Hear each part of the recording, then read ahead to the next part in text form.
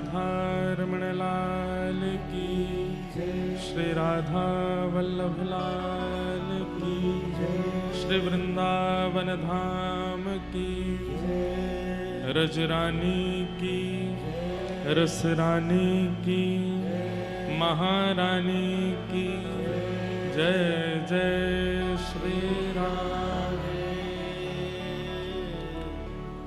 ठाकुर जी की परम कृपा, हम आप सब लोग श्री वृंदावन धाम का स्मरण करके, वृंदावन का चिंतन करके चंडीगढ़ की इस पावन नगरी में वृंदावन प्रकट उत्सव मनाने के लिए उपस्थित हुए हैं। सर्वप्रथम आप सब लोगों को बधाई हो। ऐसी रूखी बधाई हम ब्रजवासी ना लें, चकाचक चाहिए। बधाई हो, बधाई हो, बधाई हो। काय बात की बधाई? वृंदावन प्रकट हैवे की बधाई है। बंधुओं, ब्रजमंडल की गोपियों ने भी देवी पूजा की थी, उसी के फलस्वरूप श्री कृष्ण उनको प्राप्त हुए। कात्यायनी महामाई महायोगिन्यधीश्वरी, नित्य गोपियां जाती थी, कात्यायनी मैया का पूजन करती थी और यही कहती थी कि हमें कृष्ण मिले। और उसी देवी पूजा का फल प्राप्त हुआ कि शरद पूर्णिमा पर ठाकुर जी मिले। नवरात्रि चल रही है और आसपास हमारे सब देवियां ही बैठी हैं। हिमाचल में श्री ज्वाला देवी, कांगड़ा देवी, चिंतपूर्णी मैया, और जिनकी नगरी में आप बैठे हो ये भी चंडी महारानी हैं, साक्षात देवी हैं। वास्तव में यहाँ की गई देवी आराधना ही कृष्ण प्राप्ति कराएगी। या कथा को एक ही फल है कि यहाँ ऐसी कथा श्रवण करो कि आगामी शरद पूर्णिमा तक भगवत साक्षात्कार हेवे लग जाए। इन नवरात्रि के शेष दिनों में ऐसी कथा श्रवण करो कि आगामी शरद पूर्णिमा पर रास का अनुभव हो जाए। इसलिए ऐसी तिथियों में कथा होती है जब नवरात्रि का समय है, तो आप सब लोग बड़े भाव से श्रवण करो। हमारे प्रतीक बचान जी, बी पराग जी और उनकी गृहिणी जी मीरा जी और पूरा परिवार सब उपस्थित हैं अपने मित्र बंधुओं के साथ। आप सब लोग यहाँ उपस्थित हो। आप सबके चित्त में तो वृंदावन प्रकट है ही, ये तो निश्चित बात है। बस उस प्रकट वृंदावन को और निखारने के लिए ये कथा उत्सव हो रहा है। बहुत चर्चाएं करनी है, सब चर्चाएं करेंगे। 2 मिनट सब लोग नेत्र बंद करके हरिनाम स्मरण करो और हरिनाम से भी पूर्व युगल को स्मरण करो। बाकी जगह तो हरि हैं, लेकिन वृंदावन में तो युगल ही हैं। सब लोग मेरे साथ गाइएगा। सब लोग एक छवि का निर्माण करो। श्याम सुंदर अपने दोनों भुजा में वंशी लिए खड़े हैं और तभी किशोरी जी वाम पाश में आकर के खड़ी हो जाती हैं। उसी समय ठाकुर जी अब विचार कर रहे हैं कि वंशी पकड़ूं कि किशोरी जी के कंधा पे हाथ धरूं। तो इतने में किशोरी जी ने ठाकुर जी के मन को भाव जान लियो और किशोरी जी ने अपनो दाहिनो हाथ बढ़ा करके ठाकुर जी को जो बाम हाथ है बाकी जगह अपने दाहिने हाथ की कर कमल से मुरली पकड़ी है। तो एक भुजा ठाकुर जी की है और ये दूसरी भुजा किशोरी जी की है और ठाकुर जी वंशी बजा रहे हैं। और जो भुजा से ठाकुर जी ने वंशी छोड़ी है वह भुजा को ठाकुर जी अब किशोरी जी के हस्त अपने कंधा पर रख रहे हैं और किशोरी जी को जो बाम हस्त कमल है वहां से किशोरी जी ठाकुर जी के हस्त कमल को पकड़ के अपनी भुजा पर धर रहे हैं। कितनी सुंदर झांकी है। ठाकुर जी वंशी बजा रहे हैं, एक हाथ ठाकुर जी को है, दूसरा हाथ किशोरी जी को है और यहाँ दूसरा हाथ ठाकुर जी को किशोरी जी के कंधा पे है और श्री जी वह हाथ को लेकर के अपने हृदय से लगा रहे हैं। या छवि में श्री प्रिया प्रियतम खड़े। कोई चित्रकार हो तो एक ऐसी छवि बनावे। यहाँ किशोरी जी की आकृति ऐसी है, एक भुजा से वंशी और दूसरे भुजा से ठाकुर जी की भुजा, और ठाकुर जी की आकृति ऐसी है, एक भुजा से वंशी और दूसरी भुजा किशोरी जी की कंधा पर। रसिकन के चित्त में बसे वाली छवि यही है। नवल किशोर नवल नागरिया नवल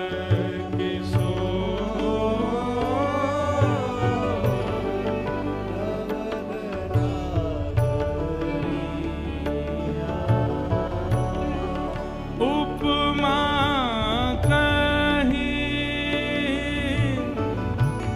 देव को लायक उपमा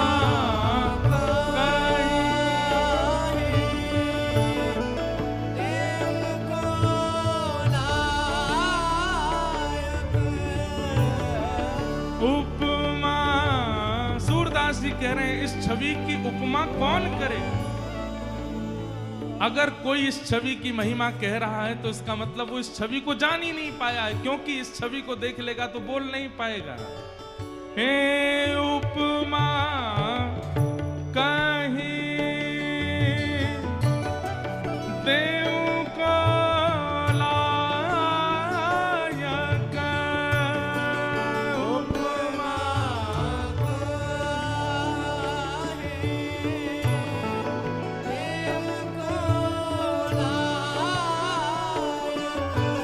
क्यों मन मत कोठी वार ने करिया मन मत कोठी वार ओ नवल किशोर नवल नागरिया नवल किशोर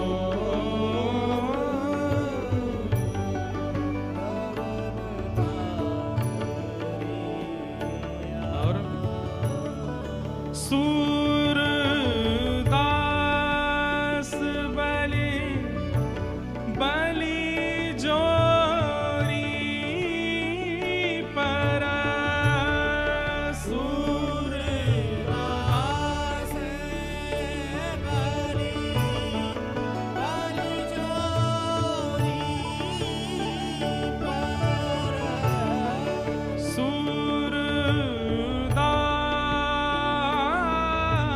सूरदास बलि बलि जोरी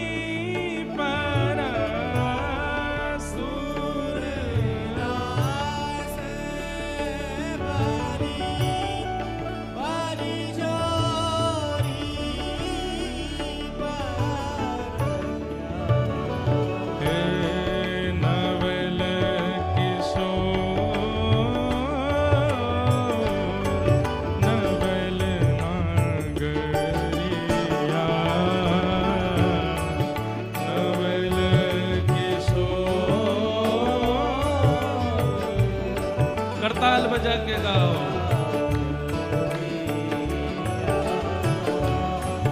नवल किशोर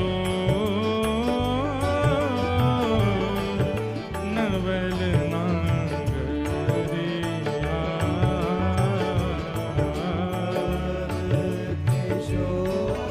हे भजो हो भजो हो भजो हे भजो हो भजो हो भजो हे भजो हे भजो हे भजो राधे राधे गोविंद गोविंद राधे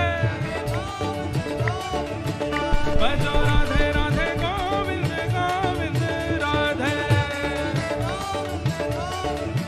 भजो गोविंद राधे गोपाल राधे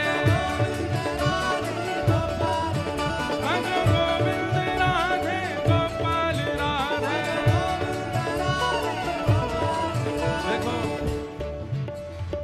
अब ये तो भूल ही जानो है कि ये चंडीगढ़ है। जे चंडीगढ़ ना है भैया, जे तो हमारो वृंदावन है। और वृंदावन में मटको ना जाए, वृंदावन में तो उछलो जाए। धन्यम वृंदावनम तेन भक्तिर नृत्यति यत्र च।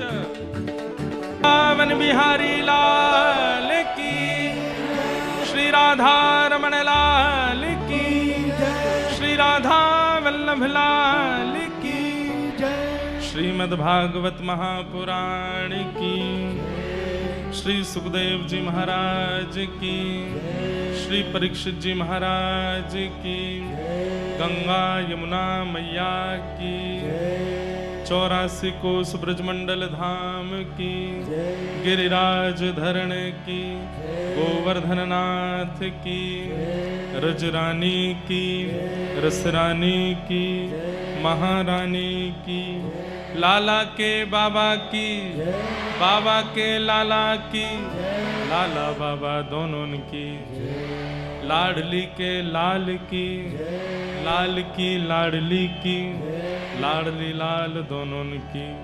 जय जय श्री राधे द्वारिकाधीश की, प्यारे गिरधर लाल की।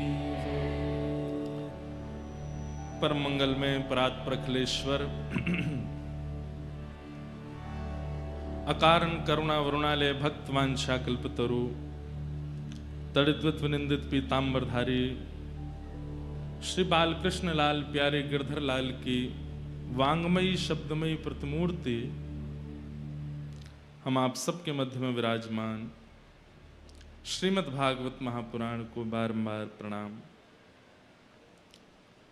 संत जनों की परम आज्ञा से,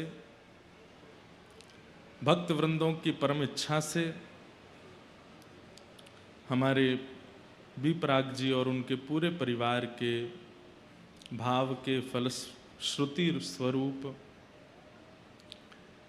वृंदावन प्रकट उत्सव श्रीमद् भागवत सत्संग का हम आप सब लोग इस दिव्य नगर चंडीगढ़ में अविराजित होकर के आज से प्रारंभ कर रहे हैं। ये हमारा परम सौभाग्य है। मंच पर विराजमान परम पूजनीय श्री भगवत धाम वाले पूज्य छोटे महाराज जी स्वामी श्री रविंद्रानंद जी महाराज, बारंबार उन्हें प्रणाम। आपकी कृपा पूर्ण सन्निधि से आज ये उत्सव प्रारंभ हुआ है।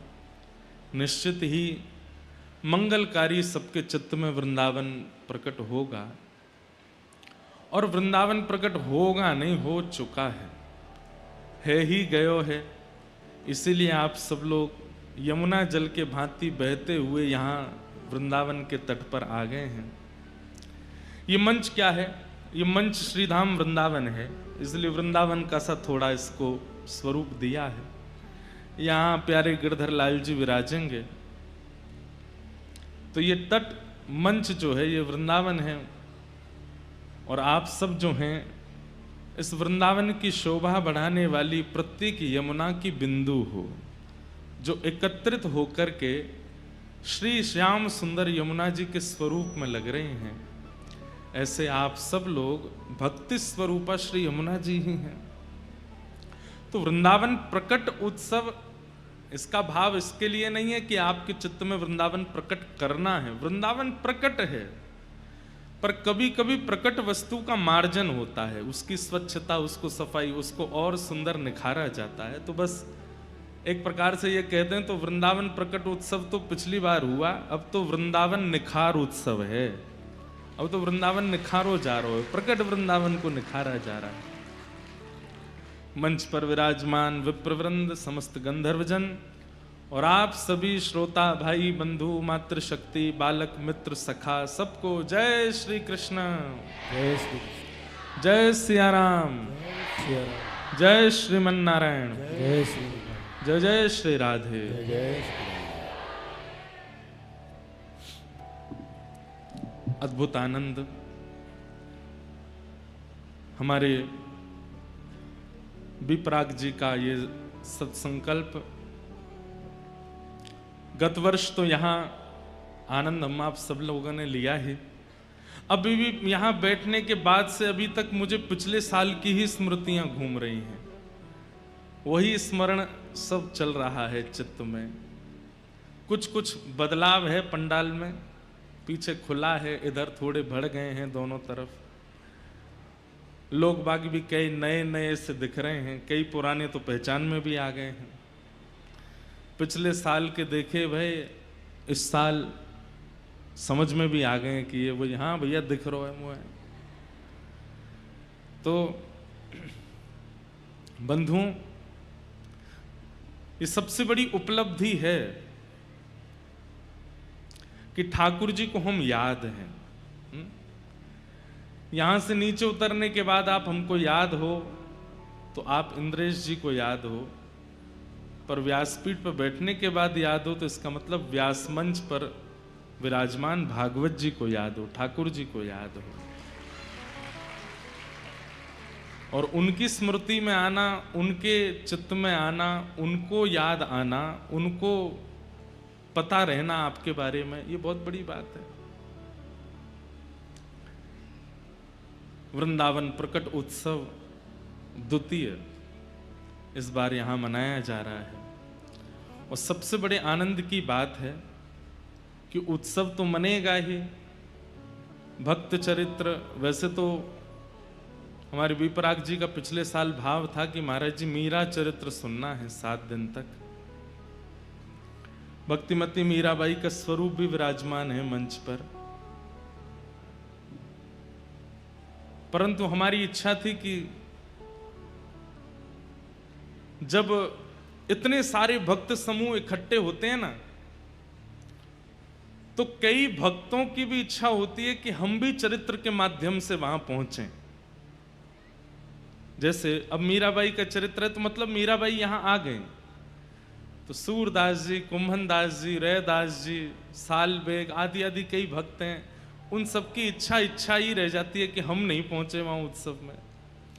तो अकेली मीराबाई नहीं आवे, सारे भक्त आवे। इसलिए भक्त चरित्र उत्सव भी है, ताकि जो भक्त दिखने लग जाए नेत्रों में, तुरंत उनका भाव प्रकट हो जाए और उनकी कथा सुनाने लगे हम आपको।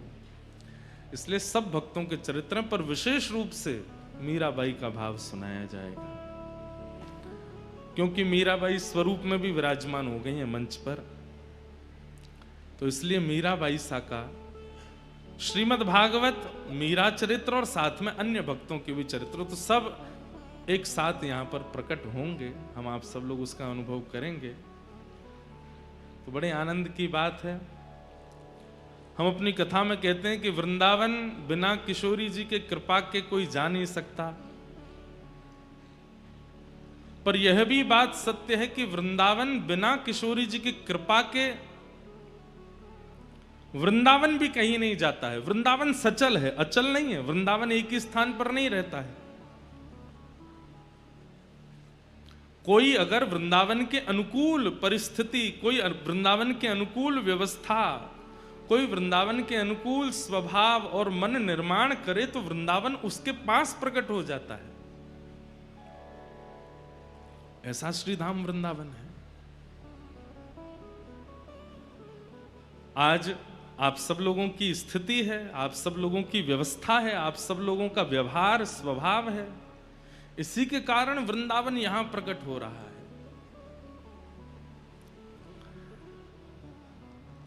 तो वृंदावन प्रकट उत्सव हम मनाएंगे, भक्त चरित्र सुनेंगे। 2-3 बात हमारी बहुत ध्यान से सुनिएगा, अगर हो सके तो। ये जो बीच में बैरिकेटिंग लगी है, इसके पीछे जितने भी लोग बैठे हैं, जब से मैं कथा में आया हूं तब से मैं देख रहा हूं वो हिले भी नहीं हैं, लेकिन बैरिकेटिंग के आगे हलचल हो ही रही है। कभी कोई आ रहा है, कोई बैठ रहा है, तो पीछे वाले ताली बजा रहे हैं। आपको पता है, आपको वीवीआईपी पास मिले होंगे, तो आप पास के भाव से 3 बजे ही आओगे, 4 बजे ही आओगे। पर वास्तविकता तो ये है कि वीवीआईपी तो वो हैं बेचारे जो 12 बजे आके यहाँ बैठ गए हैं, पहले से ही अपना स्थान रिक्त करके बैठे हैं। हमारी आगे वालों से हाथ जोड़ के प्रार्थना है, जो आके बैठ गए हैं अब वो उठे नहीं, और कोई नया आ रहा है तो उसको किनारे में ही बैठा दें। अब कथा प्रारंभ के बाद में या सामने हलचल ना हो, हमारे मन में, हमारे भावना में कोई और गति ना आवे, यही वाली हलचल ये ना हो। हाँ बस विराज जाओ, एक कोने में ही बैठ जाओ। क्योंकि देखिए, आपके सामने कोई एक चित्र है, आप उसका चिंतन कर रहे हैं। अब उस चित्र में बार बार कोई छींटा मारे, बार बार कोई और रंग डालता रहे, तो फिर वो चित्र चिंतन कैसे हो? हमें श्रोता रूपी कैनवास मिला है, और श्रोता रूपी और पंडाल रूपी कैनवास पे हम चित्र बना रहे हैं। अब उस चित्र के बीच में कोई और आकर के खड़ा हो जाए, जैसे कोई फोटो खिंचा रहे होते हैं, नीचे से एक और आ जाए, मैं भी, तो फोटो बिगड़ जाती है ना। तो ऐसे ही ये कैनवास हमारा बन गया है। और कैसा कैनवास है? ऊपर तो श्वेत है यानी किशोरी जी हैं, और नीचे आप सबके कारे कारे बाल हैं यानी कि श्री ठाकुर जी हैं। मध्य में ये गोल्डन लाइट जो है, यही आप लोगों के आभूषण हैं। किशोरी जी ने क्या सुंदर आभूषण पहने, पूरा पंडाल ही किशोरी जी है, जो श्वेत श्वेत है। ऐसा लगे कि श्वेत पंडाल के रूप में किशोरी जी, और बीच बीच में ये जो गोल्डन कलर का ये किशोरी जी के वस्त्र हैं, और या वस्त्र के बीच में ये सुंदर आभूषण पहने हैं। मंच के पास में जो ये आभूषण हैं, ये सिर के हैं। उसके बाद ये नीचे 1 2 3 4 5 6 7, लो ये भी 7 ही हैं। 1 2 3 4 5 6 7, हाँ ये सप्त मालाएं हैं। बीच में वो मालाओं में विशेष नग लगे रहते हैं ना, ऐसे बीच बीच में नग लग रहे हैं। और ये ऐसे पूरा किशोरी जी ने छत्र छाया बना रखी है। हमारे माई श्यामा जू को राज, हमारे माई श्यामा जू को। पंडाल कौन है क्यों? किशोरी जी। और यह पंडाल के नीचे आकर के जितने आप सब लोग बैठे हैं, आप सबके जो सिर के केश हैं, भाई लोगों के जो मुखमंडल पे जो काली माँ है, कोई सफेद वाले बैठे होंगे, वो कहेंगे हमारे तो है ही नहीं है। अरे जिनके बाल सफेद हैं या जिनकी दाढ़ी सफेद है, वो ये विचार कर लो कि कारे वारे के ऊपर तो ठाकुर जी हैं, हमारे ऊपर तो किशोरी जी हैं। यहाँ पे भी ठाकुर जी नहीं आन दिए हैं। तो ये श्वेत किशोरी जी, और नीचे आप सब लोगों के मुखमंडल पर जो ये श्याम वर्ण, श्याम कांति का अनुभव हो रहा है, ऐसा लग रहा है ठाकुर जी, किशोरी जी के आश्रय में ठाकुर जी बैठे। किशोरी जी हैं, नीचे ठाकुर जी हैं। और इन दोनों के बीच में जो आपस में चर्चा है रही है, जो आपस में मेल भाव है रहे है, वो सब देख करके हम व्यास मंच से सुना रहे हैं। जो परस्पर ये बीच के गैप में जो भी कुछ अनुभव होता है, कभी यहाँ सूरदास जी आ जाते हैं, कभी मीराबाई आ जाती हैं, कभी कुम्मन दास आ जाते हैं, कभी जनाबाई आ जाती हैं, कभी हितरवंश महाप्रभु आ जाते हैं, कभी गोपाल भट्ट गोस्वामी आ जाते हैं, कभी श्री रामानुजाचार्य आ जाते हैं। तो उन सब के इनके मध्य में आने वाले जो हैं, वो जैसे दिखते हैं, व्यास मंच से वक्ता सुना देता है। इसलिए और कोई यहाँ पर गतिविधि ना करे, ताकि जो फ्लो है, जो भाव है, जो चित्रण है, वो बना रहे और उसमें हम अपने भाव कह सकें। और हमारी एक और प्रार्थना, आगे बैठने वाले जितने भी हैं, पीछे वाले जल्दी आकर के अपना स्थान ग्रहण करें, और आप लोग धीरे धीरे आकर के बैठो, ये भी अनुचित है। कल से आप लोगों को 3 बजे ही आ जाना चाहिए, और हम ऐसा कह देंगे कि हमारे आने के बाद फिर ये गेट बंद कर दिए जाएं, फिर जो भी आवे वो पीछे ही बैठे, आगे नहीं आएगा फिर कोई। ताकि आप लोगों को जो अनुभव मिला है जल्दी आगे से बैठने का, उसका आप लोग फायदा भी लें और उसमें आप मर्यादित भी रहें। आपके अंदर एक ही होड़ होनी चाहिए कि व्यास जी से पहले हम जाके बैठ जाएं, नहीं तो पीछे आके बैठना पड़ेगा फिर। और सुनिए, कितने फोन लगाते रहिए, कोई को फोन और नहीं उठेगा, मैं जैमर और लगवा दूंगा यहाँ पे। लो हमारे पास पास है, पास तो है, महाराज जी तो आ गए, इसलिए पहले आओ। आप लोगों की बहुत बड़ी भूमिका है जो आगे बैठे हैं, क्योंकि पीछे वाले तो हमें इतने दिख नहीं रहे, आप लोग ही दिख रहे हो। आपके मुख की कांति, आपकी गतिविधि, आपका हिलना डुलना चलना, इससे हमारे वाणी पर और भाव पर बहुत असर पड़ेगा। इसलिए इसका बहुत ध्यान रखिएगा।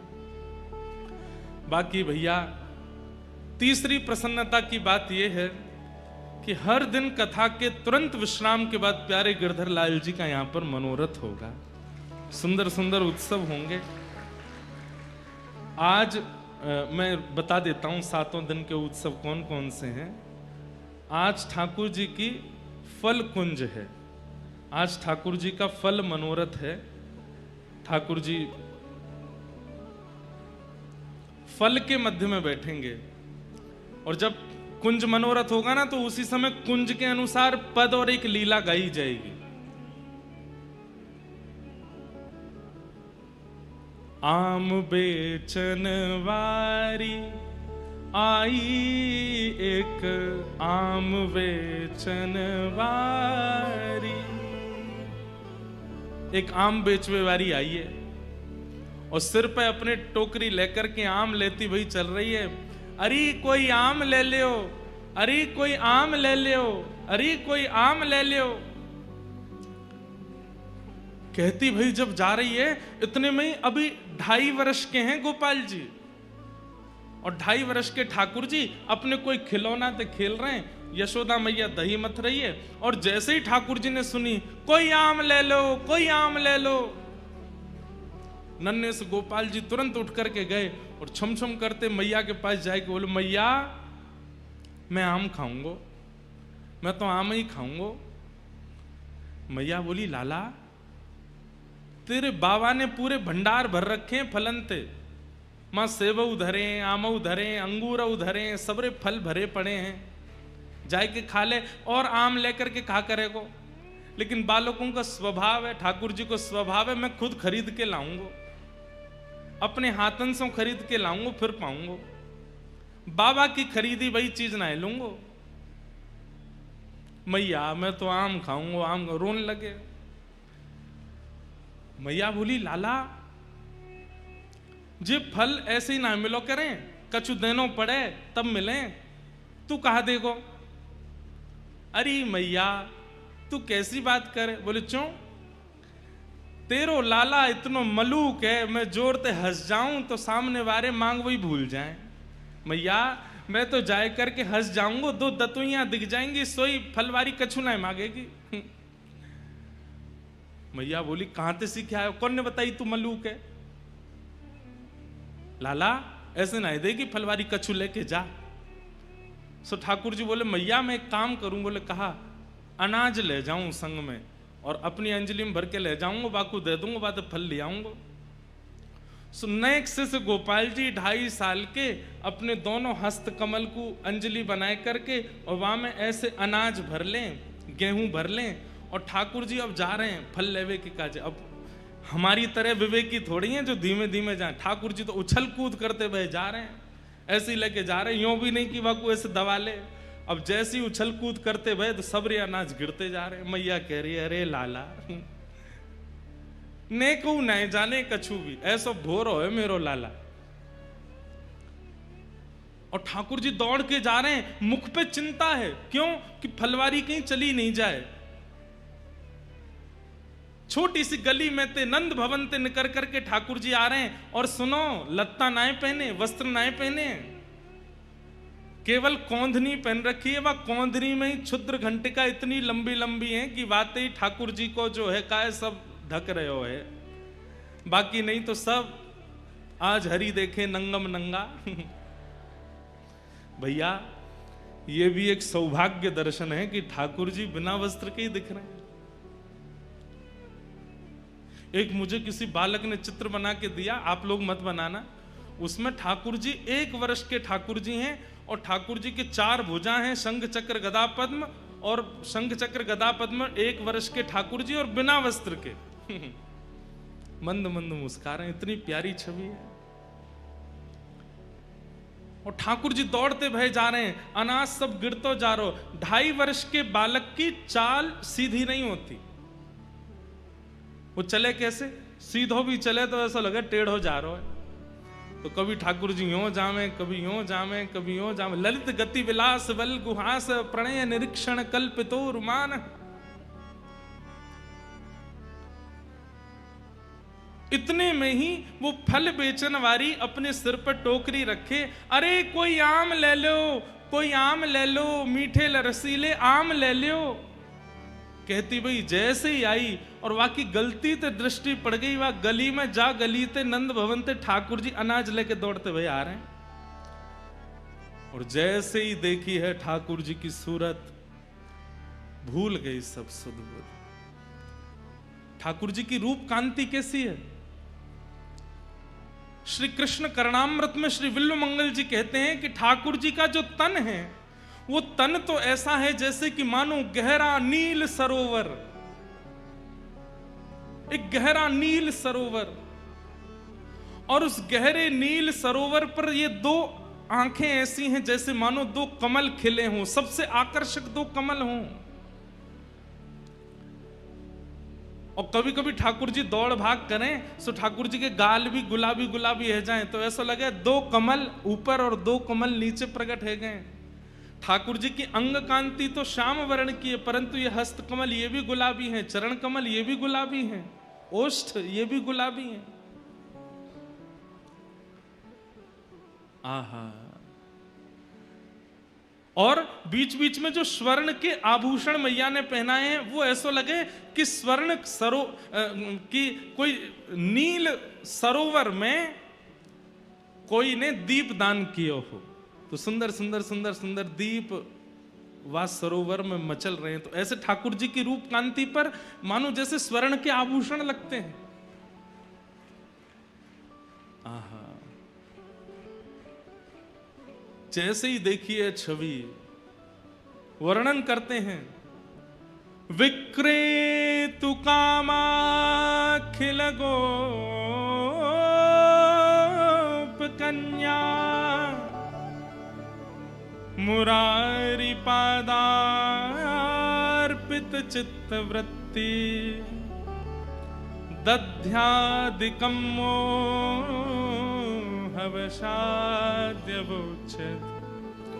गोविंद दामोदर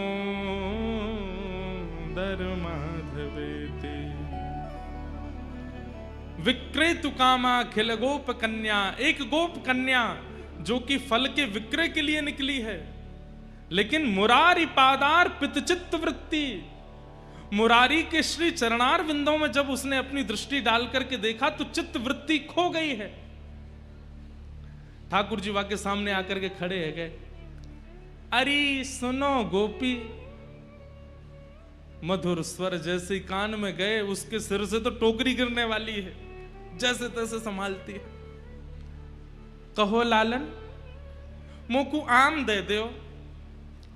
गोपी नीचे बैठ गई और जैसे ही टोकरी बगल में रख करके बोली, अच्छा आम चाहिए? बोला हाँ। पहले कछु देनो पड़ेगा तब आम मिलेंगे। ठाकुर जी बोले हाँ मैं लेके आया हूं।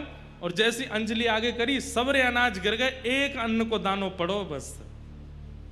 ठाकुर जी कह रहे जे बच्चो है। अरे सबरे गोपी गिर गए रास्ता में, अब तुम याते जितनो मिल जाए उतनो दे दो। एक अन्न को दानो है और बाकू ठाकुर जी कह रहे हैं कि याते जितनो मिल जाएगो आम उतने दे दो। गोपी के नेत्र सजल हो गए, वो तो मुख कांति देख रही है, ठाकुर जी की मधुर बैन सुन रही है, नेत्रों में ही उसकी स्थिति है। गोपी बोली अच्छा, या के बदले जितनो मिलेगा उतना दे दूं? बोले हाँ दे दो। गोपी ने कही लाओ दो। जैसे गोपी ने हाथ कियो, ठाकुर जी ने एक अन्न को दानो वा के हाथ में दियो, गोपी ने संभाल करके धर लियो। अब तो लेकर के महाराज एक आम हाथ में, दूसरो आम दूसरे हाथ में, दूसरो आम और दियो, तीसरो आम और दियो, 4-5 आम ठाकुर जी को पकड़ा दिए। ठाकुर जी ऐसे खड़े है गए, 4 आमन में ही ठाकुर जी तो भर गए, छोटे से हैं। बस गोपी इतनो ही बहुत है। बोले ना तुमने जो दियो बातें तो और ज्यादा मिलेगो, लेके जानो पड़ेगो। ठाकुर जी बोले अब कैसे देगी? तो गोपी अपनी एक चुनरी उतार करके ठाकुर जी की कमर पे बांधे और वह कमर में कस के बांधी वही चुनरी में, एक आम यहाँ खोस दियो, एक आगे खोस दियो, पीछे खोस दियो, ऐसे करके चारों तरफ आम खोस दिए कमर पे। आज ठाकुर जी ने आम की कोंदनी पहनी है। आम की कोंदनी पहन रखी है। वही चुनरी को नेक छोड़ बचो है, तो वही हाथ पे बांध दिए, तो एक दो आम यहां लगा दिए, दूसरी तरफ यहां पे एक दो आम लगा दिए। चुनरी को एक छोड़ और फाड़ करके सिर पे बांधो, दो आम यहां लगा दिए, एक आगे एक पीछे लगाए दियो। ठाकुर जी बोले अब तो मैं गिर जाऊंगा, इतना भारी है गयो। गोपी बोली अब जाओ। अब ठाकुर जी ने ऐसे आम भर रखे हैं, सिर पे भी आम लग रहे हैं, यहाँ पे वो आम फंसे हुए हैं, यहाँ पे वो आम लगे। अब ठाकुर जी जब चले तो ऐसे चल रहे हैं कोई गिर नहीं जाए। कहीं कहीं कोई आम ज्यादा दब गयो तो वहां में ते रस निकल करके आ रहा हो, वो ठाकुर जी को स्नान करा रहा है। और ठाकुर जी ज्यों ज्यों पग बढ़ा के चलते जा रहे हैं, त्यों त्यों वो गोपी निहाल लेती जा रही है। मन में इच्छा है रही है कि ये जाए ना, ऐसे ही देखत रहूं तो मैं जन्म सफल कर मानूं, मैं ऐसे ही देखती रहूं इनको। वहां से यशोदा मैया लाला की झांकी देख रही है और यहां से वो आम बेकनवारी देख रही है। ठाकुर जी की छवि देख करके निहाल है गई, और जैसे ही सिर पर आम की टोकरी लेकर के निकली है, पहले तो कह रही आम ले लो, लेकिन अब रास्ता में कहती जा रही है अरे कोई गोपाल ले लो, अरे कोई गोविंद ले लो, अरे कोई घनश्याम ले लो, अरे कोई लाला ले लो, अरे कोई कृष्ण ले लो। कृष्ण गोविंद गोपाल मधुसूदन मुरारी कहती हुई जा रही है। आहा, वह एक अन्न के दाने को बार बार शीश से लगावे, नेत्रंश अश्रुपात है रहे, बहाने बना बना करके रोज जावे नंद भवन के सामने, और ठाकुर जी रोज वहां से कछु खरीदवे जावे। ऐसी कृपा ठाकुर जी ने वाके ऊपर करी है। विक्रेतु कामा खिल गोप कन्या, मुरारी पादार्पित चित्त वृत्ति, दध्यादिकं मोहवशाद्य वोच्य, गोविंद दामोदर माधवेति।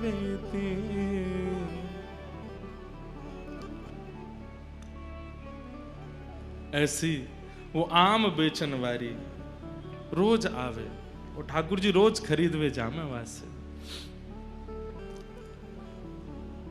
आज वही लीला यहां पर प्रकट होगी। अब ये लीला हमने बोल दी तो या को मतलब गिरधर लाल जी ने ये लीला कर ली।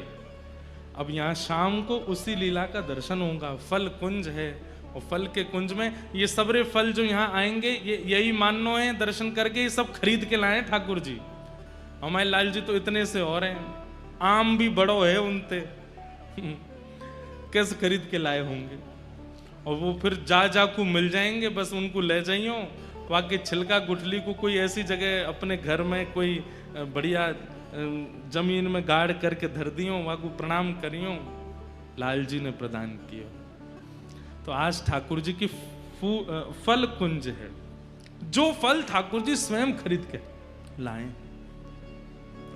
आज उसका दर्शन होगा। ऐसी रोज की एक लीला, और लीला का दर्शन यहां होगा। कल ठाकुर जी की मोर कुटीर है। वैसे तो ये सरप्राइज रखना चाहिए कि आज क्या होगा बताओ, सरप्राइज ही रहने दें, बताएं नहीं, बता देंगे तो आप सब लोग फिर, कल तो संडे है, परसों मंडे में थोड़ी भीड़ कम नहीं है जाए कहीं, अब हम तो पता ही है, लाइव में देख लेंगे। और बता ही नहीं रहे, अब सीधे यहीं दर्शन करियो। 2 दिन के हमने रिवील कर दिए, आज ठाकुर जी की फल कुंज है और कल मोर कुटी है। कल ठाकुर जी मोर बन करके आवेंगे। श्यामा जू के रिझवन कारण, श्री राधा जू के रिझवन कारण, लाला नए नए रूप बनावे, लाला नए नए रूप। किशोरी जी को रिझावे के लिए लाला नए नए रूप बनावे। आज कहा बनो हो कान्हा मोर बन आयो, कान्हा मोर बन आयो। तो कल ठाकुर जी की मोर कुटी के दर्शन होंगे। तो नित्य यहां प्यारे गिरधर लाल जी का मनोरथ उत्सव होगा। शाम को कथा विश्राम करने के बाद में फिर यहां पर कभी हम पद गाएंगे, कभी वृंदावन के रसिक जन आ रहे हैं वो पद गाएंगे, सब लोगों का पद गायन और वो सब आनंद उत्सव बनेगा। तो इस प्रकार से उत्सव की पूरी रूपरेखा है। आप सब लोग खूब आनंद लीजिए। बस भैया ध्यान रखियो, इन 7 दिनान में कोई भी रसपक्ष आपसे चूके नहीं। रस की पिचकारी यहां से चलेगी, वो आपको एक एक बिंदु आपको आनंदित कर जाए, क्योंकि फिर अगली प्रतीक्षा तो फिर 1 साल की है, और अगले साल की जो कथा है वो तो 1 साल 1 महीना 13 महीना बाद हो रहे हैं, अक्टूबर में है। तो या हमारे आप लोगों की प्रतीक्षा लंबी है, इसलिए या बार की या रस पक्ष को जितनो हो सके उतनो आस्वादन कर लियो, आनंदते रोज पधार करके इस सुख का आस्वादन कीजिएगा। वृंदावन प्रकट महोत्सव। आइए श्रीमद् भागवत के महात्म्य में हम लोग प्रवेश करते हैं, और उसी बीच में फिर वृंदावन की और भक्तिमती मीराबाई की और अन्य जो रसिक जन आएंगे सबकी चर्चा हम करेंगे। सच्चिदानंद रूपाय विश्वोत्पत्त्यादि हेतवे तापत्रय विनाशाय श्री कृष्णाय वयं नमः। यं प्रव्रजन्तमनुपेतमपेतकृत्यं द्वैपायनो विरह कातर्या जुहाव पुत्रेति तन्मयतया तर्वोऽभिनेदुः तं सर्वभूतहृदयं मुनिमानतोऽस्मि।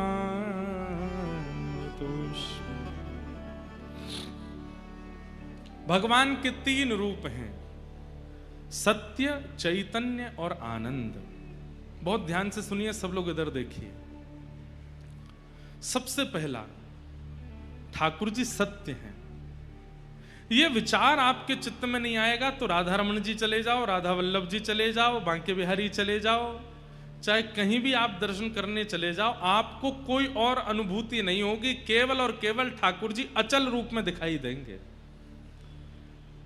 ये इस बात का प्रमाण है कि ठाकुर जी हमको अचल दिखते हैं, इसका मतलब हम अभी सत्य रूप का दर्शन नहीं करते।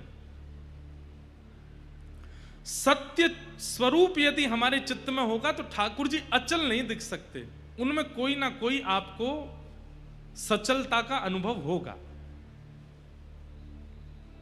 आज ठाकुर जी की ये बांह थोड़ी सी उठी हुई है, आज ठाकुर जी के गाल कछु ज्यादा गोल मटोल लग रहे हैं, आज ठाकुर जी के मुखमंडल पर नेक ज्यादा ही प्रसन्नता दिख रही है।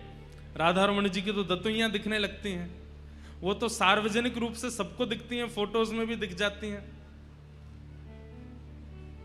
राधा रमन जी की एक कृपा है, वो ऐसा अनुभव कर, ऐसा आपको कहते हैं कि तुम्हारे चित्त में भले ही मेरे प्रति सत्य भाव ना हो, मैं तो फिर दांत दिखाऊंगा अपने। पर ये दंतावली का दर्शन केवल राधा रमन जी का नहीं होता, सबका होता है। पर बाकियों में अनुभव करने के लिए आपके चित्त में सत्य का होना आवश्यक है कि ये वास्तविक सत्य है। महाप्रभु जगन्नाथ जी, अभी हम जगन्नाथपुरी कथा करके आए हैं, आपको पता है वो विरह के ठाकुर जी हैं। महाप्रभु जगन्नाथ जी श्री प्रिया जी के विरह में ऐसे हो गए हैं, व्रजवासियों के विरह में ऐसे हो गए हैं। लेकिन आप जगन्नाथ जी का दर्शन करो तो उनके अधर पर आपको प्रसन्नता का अनुभव होगा, वो प्रसन्न दिखाई देते हैं, ऐसा लगता है मुस्कुरा रहे हैं क्या, प्रसन्नता का अनुभव होता है। नेत्रों को अगर देखेंगे तो अनुभव होगा कि कोई रोने वाला होता है तो उसके नेत्र ऐसे हो जाते हैं, बड़े बड़े नेत्र हो जाते हैं, नेत्रों के आसपास थोड़ी लालिमा जैसी हो जाती है। लेकिन मुखमंडल का दर्शन करती ऐसा लगता है जैसे मानो प्रसन्न हो रहे हो। ठाकुर जी सत्य हैं, और जो उनके प्रति सत्य भावना रखेगा उसको एक जैसे ठाकुर जी नहीं दिखेंगे, उनमें कुछ ना कुछ अनुभव होता रहेगा। आज उदास हैं, आज न प्रसन्न ज्यादा हैं, आज थोड़े से रूठे भये हैं, आज न हंस रहे हैं, आज थोड़े से नटखट लग रहे हैं, ऐसे कुछ ना कुछ प्रतिबिंब स्वरूप उनका प्रकट होता रहेगा।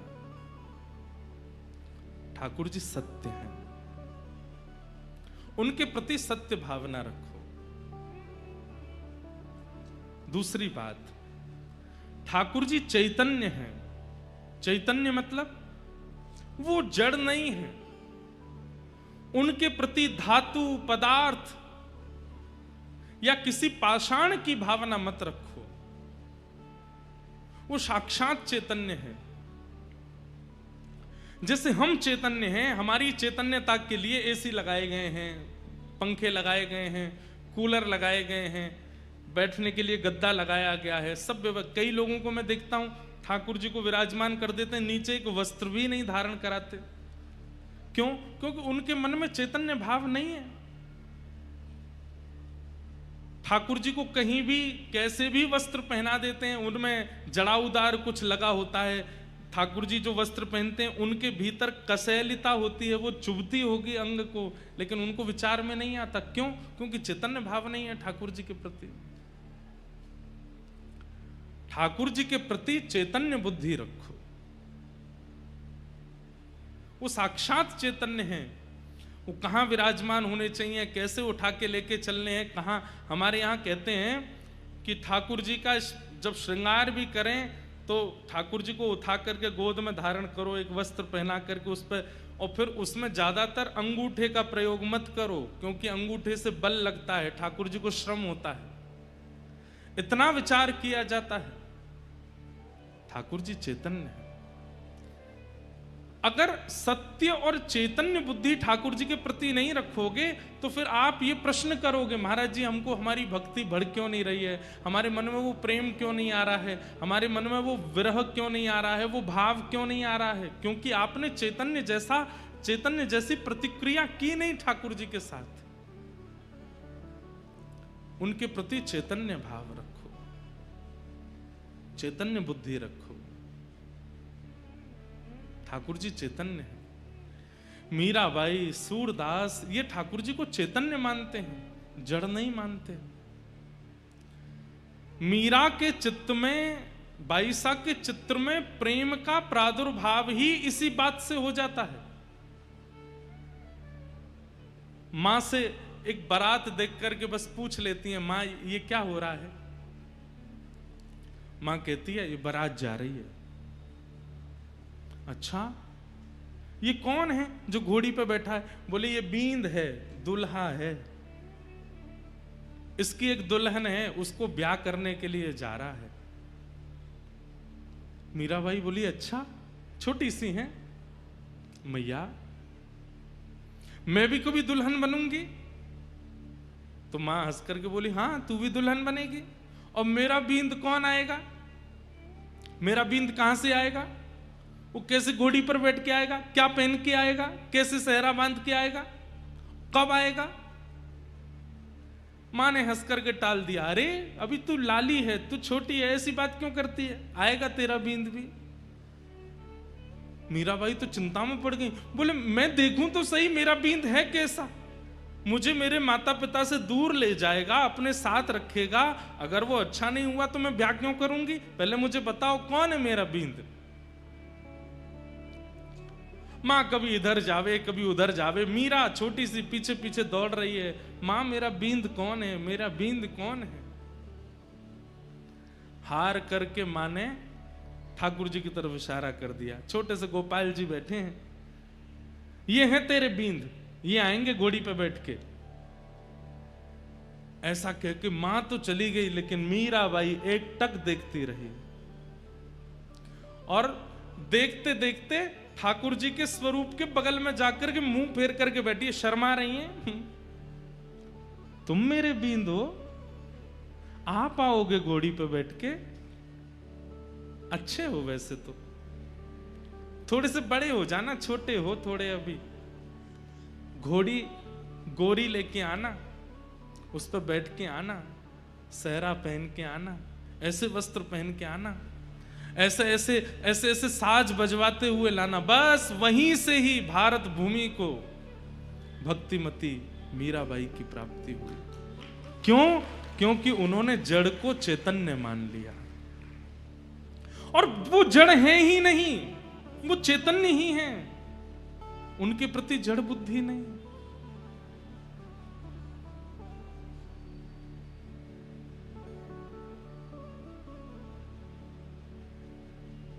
मीरा जो अपने पूर्व जन्म में एक माधवी नाम की गोपी, एक बात तो आपको माननी पड़ेगी,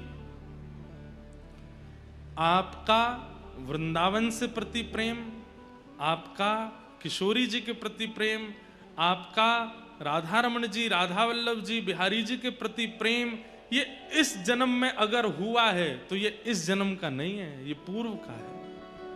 ये पूर्व से ही आपका संबंध है, पूर्व से ही वो आपको प्रिय हैं, पूर्व में कुछ तो आपने ऐसा किया है जिसके कारण ठाकुर जी आपको इतने प्रिय हैं। एक जन्म का संबंध नहीं हो सकता। हाँ, एक जन्म पहला जिसका संबंध होगा ठाकुर जी से, उसकी भावना कैसी होगी सुनो। उसको वृंदावन आकर्षण तो करता होगा, पर किसके लिए आकर्षण करता होगा?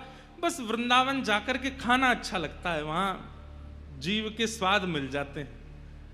वृंदावन जाकर के रहना अच्छा लगता है, वहां पे भीड़ भाड़ रहती है, कूद कूद करके सब लोग कीर्तन करते हैं, ये अच्छा लगता है। वृंदावन की परिक्रमा करने मजा बड़ा आता है भैया। चाय पियो, कहीं पे फेन खाओ, टोस्ट खाओ, गन्ना का रस पियो, बढ़िया चलते रहो, अपने मित्रों के साथ ऊधम करते रहो, चिल्लाते रहो, गाते रहो। इन सब चीजों का जो आकर्षण वृंदावन के प्रति है, इसका मतलब ये पहला आकर्षण है आपको।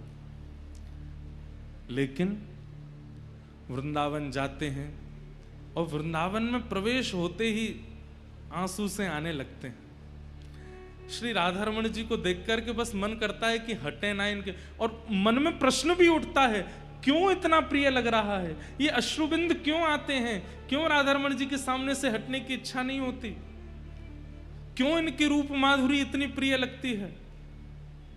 ब्रजवासियों के भोलेपन, ब्रजवासियों की क्रिया, वृंदावन के बंदरों की प्रतिक्रिया देख करके मन बड़ा प्रसन्न होता है। ऐसा लगता है कि मेरी आत्मा यहीं की है।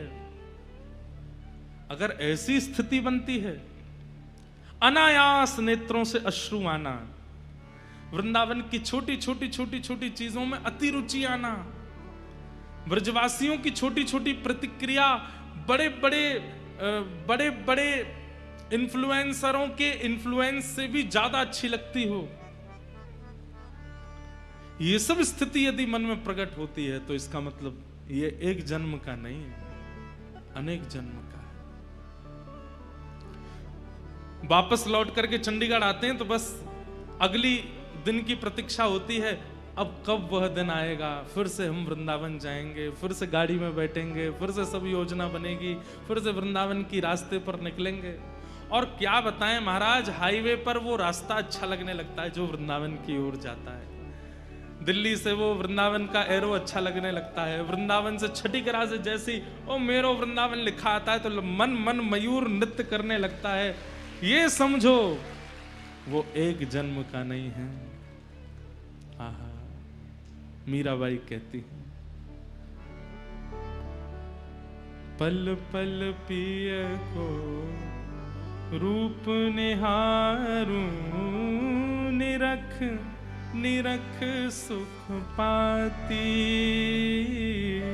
पल पल पिए को रूप निहारूं, निरख निरख सुख पाती।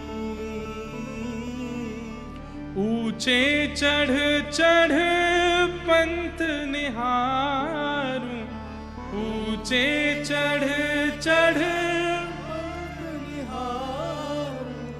मीराबाई रोज उस दिशा में देखती हैं जिस दिशा में वृंदावन है। एक बात और सुनिएगा,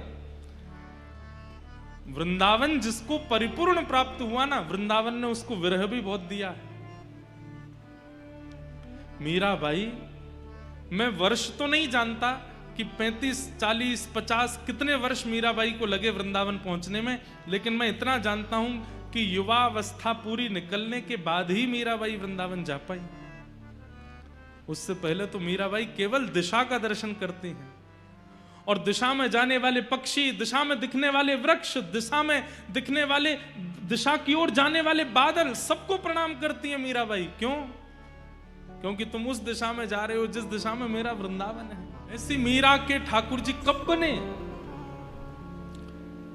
जब उन्होंने मां के द्वारा कहे गए गोपाल जी को बाल्यकाल में ही अपना बींद मान लिया, एक बार भी मन में ये भाव नहीं आया कि ये ऐसे जड़ ही हैं, ये चैतन्य है। ये बात निश्चित है कि चैतन्य बुद्धि से ही ठाकुर जी की सेवा में लगा जा सकता है। माधवी नाम की गोपी हैं मीरा, अपने पूर्व जन्म में भगवान के एक सखा के साथ इनका विवाह हुआ। अधिकतर ज्यादा प्रसिद्धि इस बात की है कि श्री दामा के साथ में मीराबाई का ब्याह हुआ। ध्यान से सुनना, पूर्व जन्म में जब ये माधवी नाम की गोपी, ठाकुर जी भी छोटे से हैं और उस समय में बहुत लंबी आयु के बाद ब्याह नहीं होता था, छोटी अवस्था में ही ब्याह हो जाता था। पर भगवान के जितने भी सखाएं सब ठाकुर जी से बड़े हैं, सब ठाकुर जी से बड़े। एक आध कोई छोटे हैं, बाकी सब ठाकुर जी से बड़े। तो ठाकुर जी के सखा का ब्याह हो गया। ठाकुर जी को पता नहीं चली, बहुत ध्यान से सुनो सब लोग, इधर देखो, ठाकुर जी को पता नहीं चली कि कब कब में ब्याह हो गया। लेकिन एक दिन श्री दामा अपनी पीहर गई हुई बहू को ले जाने के लिए तैयार हुआ और जैसे ही सब सखाओं को बोलने आया कि मैं जा रहा हूं, तो ठाकुर जी बोले, अरे श्री दामा, वैसे तो तू रोज पुराने से लत्ता ने पहन के आ जाए, आज बड़े चमकदार लत्ता पहन के आयो, कहां को जा रहे हो भैया? तो श्री दामा बोलो, लाला मैं तो अपनी ससुराल जा रहा हूं। ठाकुर जी बोले, जी कौन सा गांव है ससुराल? श्री दामा बोले, लाला जी गांव ना है तो कोई शहर है? बोले ना शहर ना है। तो कोई देश है? बोले ना देश ना है। तो लाला जब हम बड़े है जाए, हमारो ब्याह है जाए, तो जा कन्याते हमारो ब्याह होवे, वाको घर हमारो ससुराल होवे, वहां जा रहा हूं। जैसे वहां माधवी रोई थी कि मेरे बींद कौन, ऐसे ठाकुर जी रोने लगे, मेरी ससुराल कहां है? श्री दामा तेरी ससुराल तो मिल गई, मेरी ससुराल कहां है? श्री दामा बोले, लाला तेरी ससुराल ना है। अच्छा ऐसा भी होता, बालक उनमें सब चिढ़ाने लगे। मधुमंगल जबरदस्ती आके बोलने लगो, लाला मेरी भी ससुराल है, पता है? वो तेरी कहां? बोले मेरी जमुना पार है, मैं हूं जाऊंगा सज धज के। इतने में सुबल आ गए, वो लाला मेरी भी ससुराल है। वो तेरी कहां? बोले मेरी मां है गिरिराज जी पर्वत के पास। इनकी है नहीं, जबरदस्ती चिढ़ा रहे हैं ठाकुर जी को। अच्छा ऐसा होगा सखान में कोई एक चिढ़े तो बाकी और चिढ़ा में वाए और चिढ़े, और ठाकुर जी चिढ़ के कछु ज्यादा ही सुंदर लगते होंगे तो सखा और चिढ़ाने लगे। अब तो तन सुखा मन सुखा धन सुखा जे हुआ है। धन सुखा बोलो मैं हूं ससुराल जा रहा हूं, मन सुखा बोलो मैं हूं ससुराल जा रहा हूं, तन सुखा बोलो मैं हूं। लाला बोले तेरी ससुराल है, पतर पूछ रहा से तेरी ससुराल है, और मैं इतनो माखन खाए खाए के हट्टो कट्टो है, मेरी ससुराल ना है अभी तक।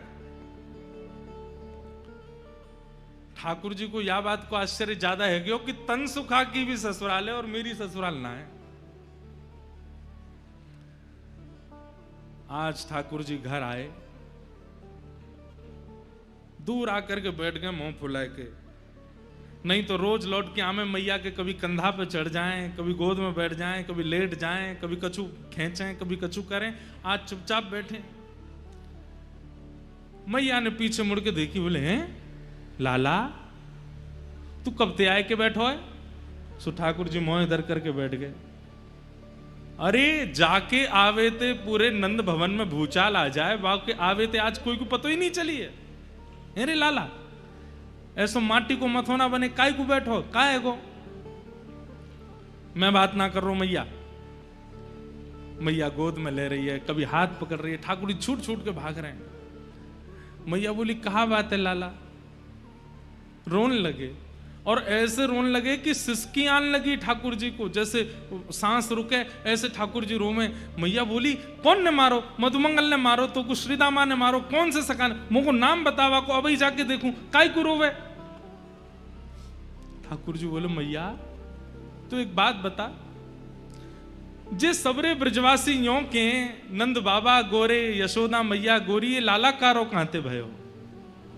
इस सबरे मुकु यों तानो दें कि मैं तेरो छोरा नाऊं, और मैया आज मुकु या बात पे भरोसा हैगो कि मैं वास्तव में तेरो लाला नाऊं। मैया बोली ऐसो काहे को सोचा, ऐसो काहे गो लाला, तू यों काहे को सोचे? बोले मैया श्री दामा की ससुराल, मधुमंगल की ससुराल, सुबल तो तन सुखा मन सुखा, और सबसे बड़ी आज वो तन सुखा क्यों ससुराल है, पतरो सो है वा क्यों ससुराल है। और मैया मैं ऐसो प्यारो दुलारो ऐसो सुंदर सो मेरी अभी तक ससुराल ना है।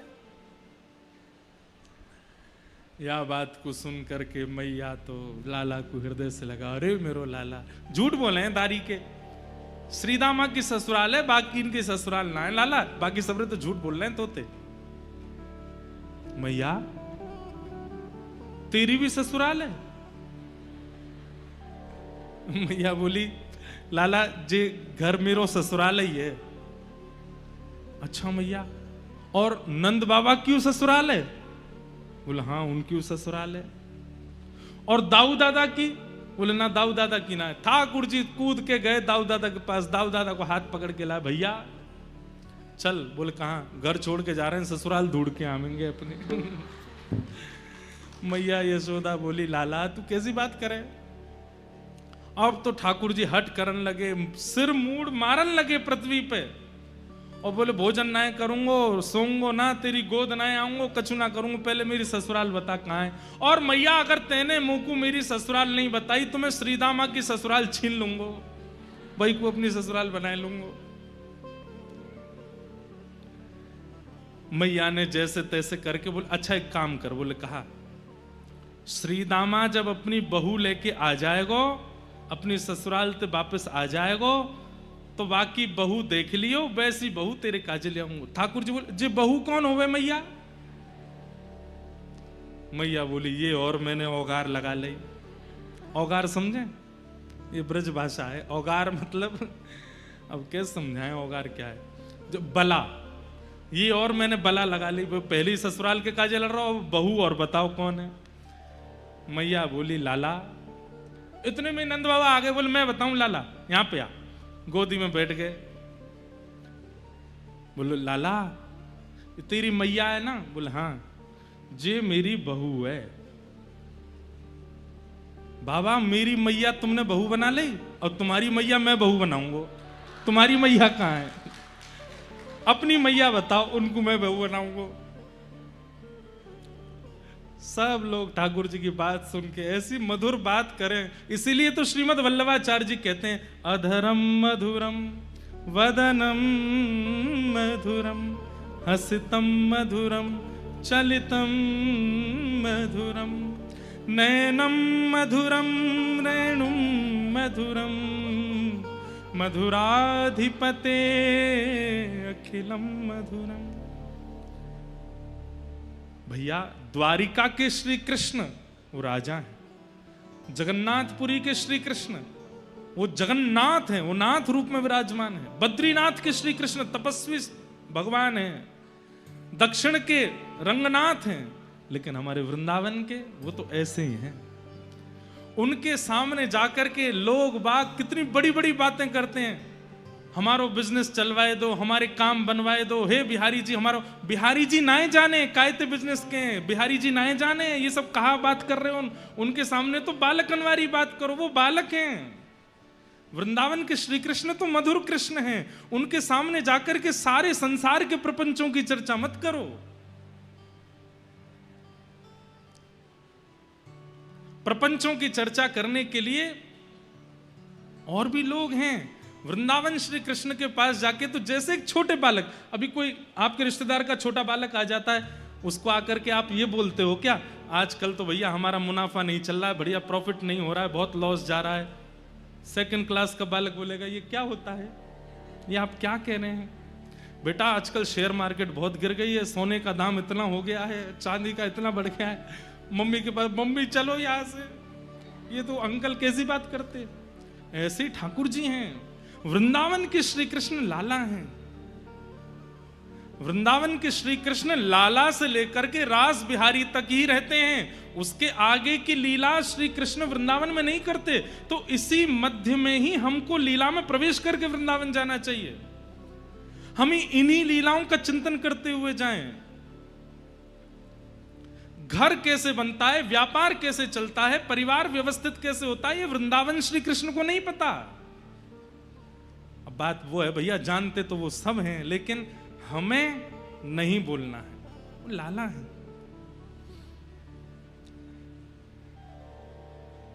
इतने में ही कोई दौड़ो दौड़ो आयो, बोले लाला जल्दी चल। बोले कहा भयो?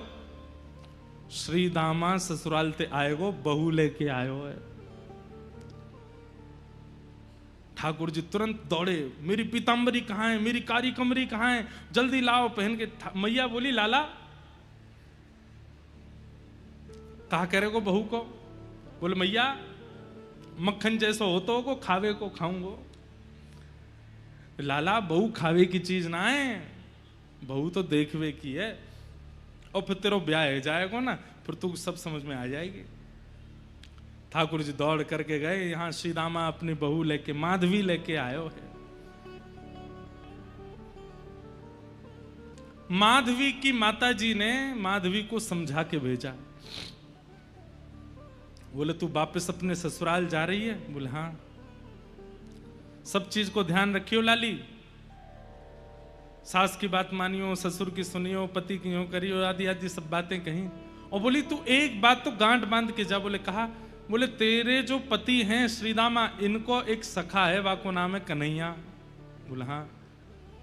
चाहे कछु है जाए, जीवन भर तो को घूंघट में ही बूढ़ो है नो पड़ जाए, घूंघट में ही रही आइयो, लेकिन वाकू अपना मुख मत दिखाइयो। क्यों मैया?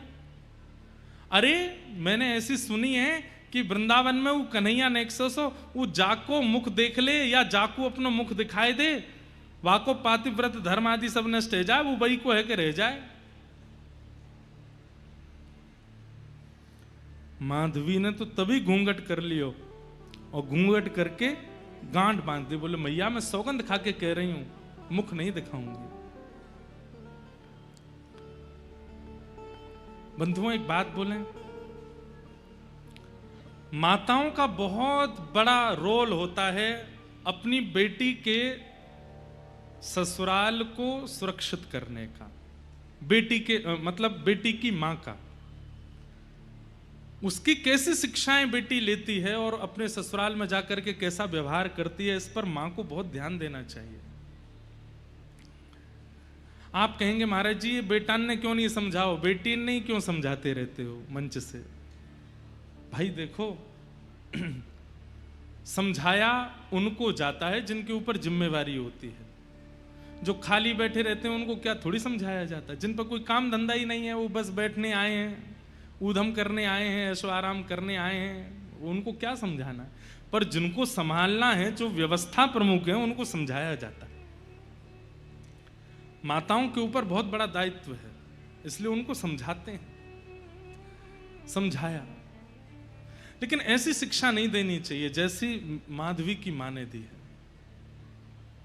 उनसे मत बोलना, उनके प्रति ऐसा व्यवहार रखना, वो कुछ भी कहें तुम ये करना, ऐसा ये सब नहीं है। अनाचार अत्याचार किसी को सहना नहीं चाहिए। अगर ससुराल में अनाचार अत्याचार होता है तो उसके प्रति आपको कदम उठाना चाहिए।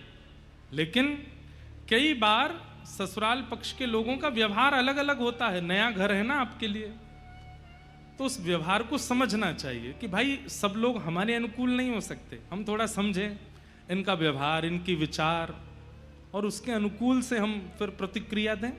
हाँ, वो विचार अत्याचार में अगर परिवर्तित हो जाए तो फिर कदम उठाना भी चाहिए। लेकिन केवल आपके विपरीत स्वभाव वाला है और आप उसी से ही उखड़े उखड़े रहोगे तो फिर कैसे गृहस्थ आश्रम चले? सबका स्वभाव अलग होता है, थोड़ा समझना चाहिए। माधवी को समझाया कि तू कन्हैया को मुख मत दिखाना। माधवी ने गांठ बांध ली, बोले कि कोई बात नहीं मैया, आप तुम यही देखना। निकल पड़ी अपने ससुराल की ओर। यहां बीच रास्ते में ठाकुर जी आ गए और ठाकुर जी ने आके कही, अरे सीदामा आए गए हो?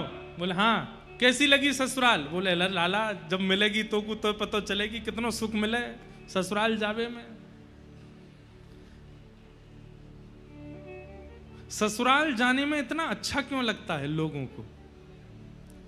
अभी तो ब्याह के बाद ही पता चलेगी, लेकिन फिर भी मन में भाव आता है कि सबको ससुराल, भले ही 4-5 दिन नहीं नहाता होगा, लेकिन जिस दिन ससुराल जाना होगा उस दिन जरूर स्नान करता है, नए वाले कपड़े पहनता है, बढ़िया सुंदर जो है दाढ़ी वाड़ी बना लेता है कि ससुराल जाना है। क्यों? घर में क्यों नहीं रहते ऐसे? क्योंकि ससुराल में मान मिलता है और मान व्यक्ति को प्रिय होता है। बहुत बड़ी बात है। मान जहां भी मिलेगा व्यक्ति को वो अच्छा ही लगेगा, और जहां मान नहीं मिलता हो वहां जाने की किसी के घर में कोई मान नहीं करता, सम्मान नहीं करता, इसलिए घर में मन नहीं लगता लोगों का। लेकिन वही मान सम्मान प्रेम घर में होने लग जाए तो घर से कौन जाए?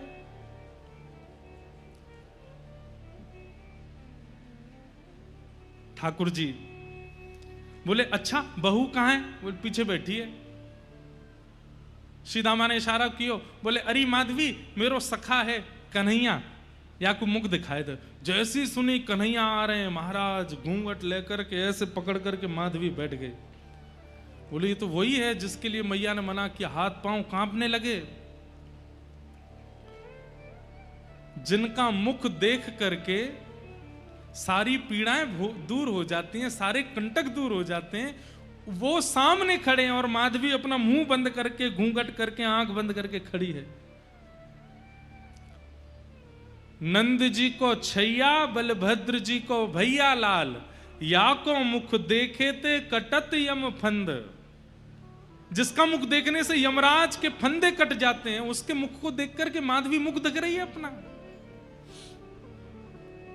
कहने की बात, ऐसी शिक्षा किसी को मत दो कि कोई व्यक्ति ठाकुर जी से मुंह मोड़ ले, ठाकुर जी से मुख छुपा ले। ठाकुर जी तो अंदर ही बैठ गए पालकी में और कह रहे हैं भाभी जी ने मुख दिखाई दो अपनो। मैया ने कही है आपको मुख देख करके जाऊंगा और फिर जैसा बताऊंगा वैसी बहू मेरी आवेगी, नेक दिखाई दो। माधवी तो ऐसे बैठ जाए, कभी ऐसे बैठ जाए, ठाकुर जी ने पास जाए तो दूर रह जाए, मुख नहीं दिखावे। ठाकुर जी ने चरण तक पकड़ लिए, बोले अरे भाभी जी ने मुख दिखाई दो, मैं तुम्हारे पाम पर रहा हूं, नेक दिखाई तो दो। लेकिन माधवी ने मुख नहीं दिखाया।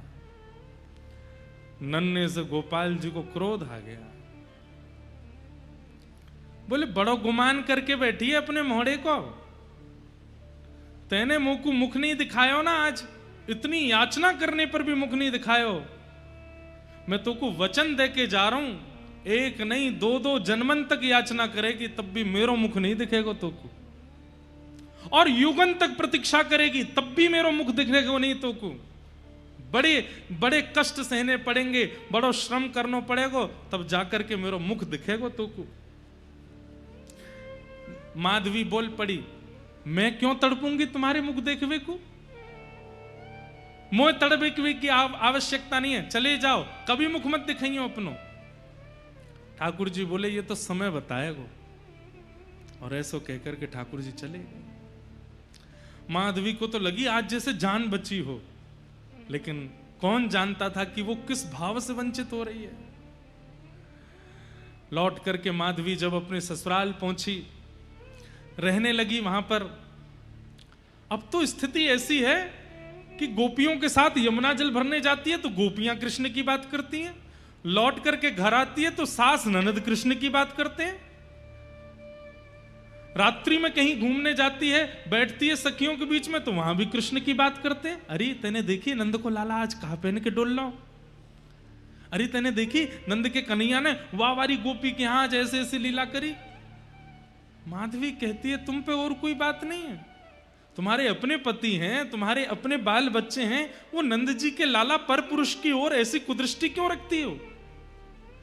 सब गोपी घेर करके कहती हैं, हेरी माधवी, तेने अभी तक देखो ना है, दिखे नंद को लाला। दूसरी गोपी बोली, हम बे, जैसे वो सामने थे आमे जे घूंघट कर ले लंबो, और देखे ही ना उनकी ओर। माधवी बोली, देखा नहीं है और देखूंगी भी नहीं, और ना मुझे आवश्यकता है। आहा। सब गोपी कहने लगी, अरे माधवी, कैसा लगे कन्हैया को देख के पता है?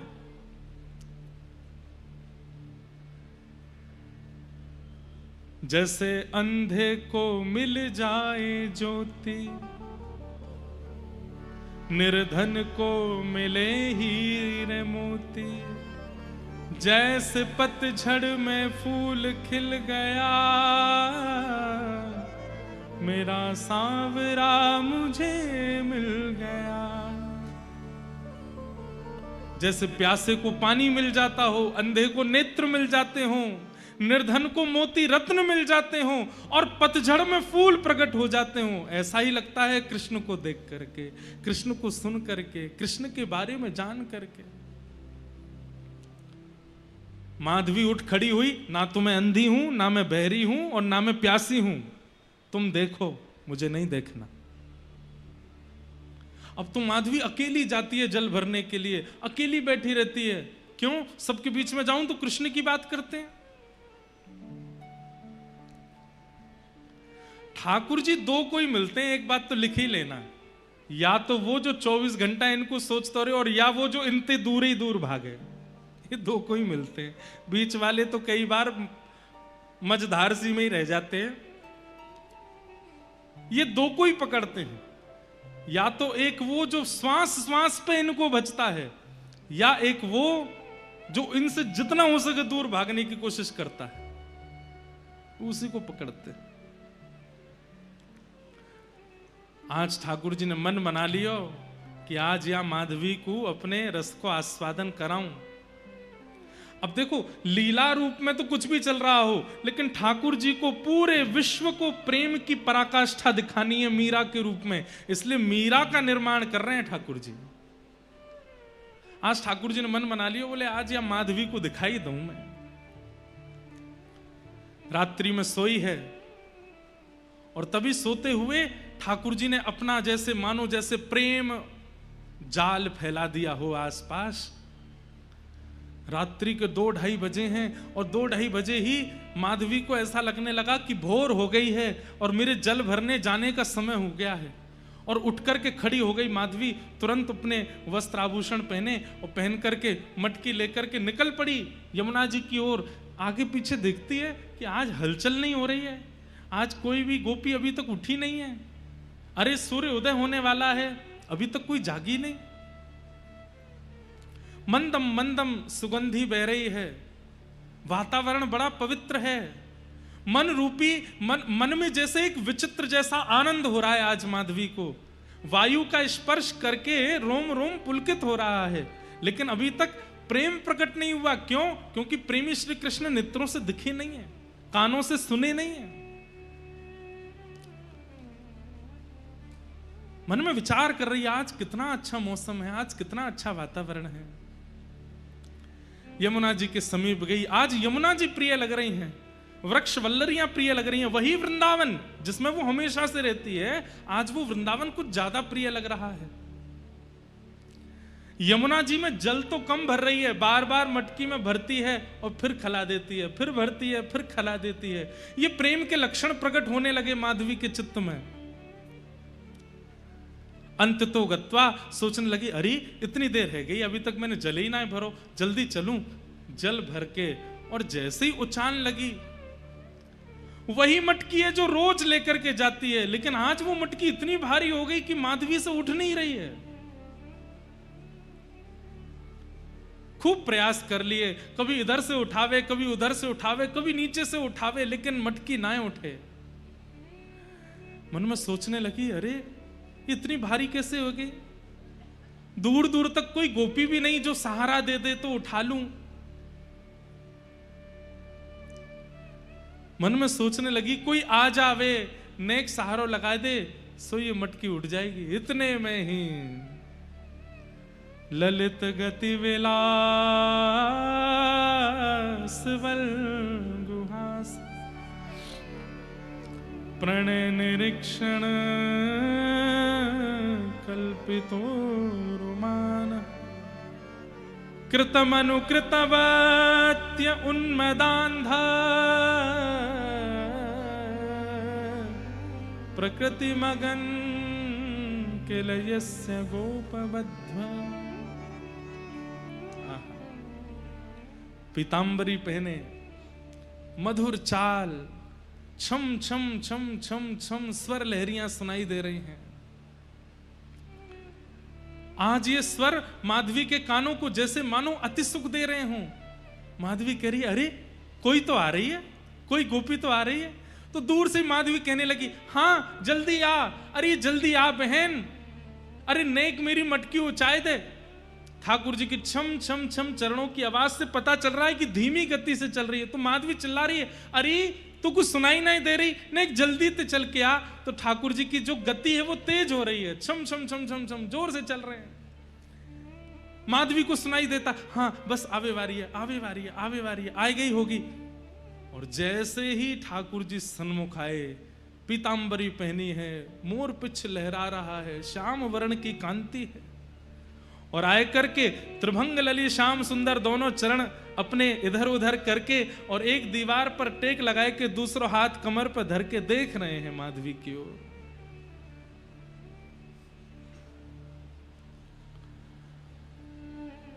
मीराबाई कहती हैं, जब मीरा के रूप में उनको माधवी का चिंतन हुआ तब मीराबाई ने ये पद गाया। हूं जल भरने जात थी सजनी,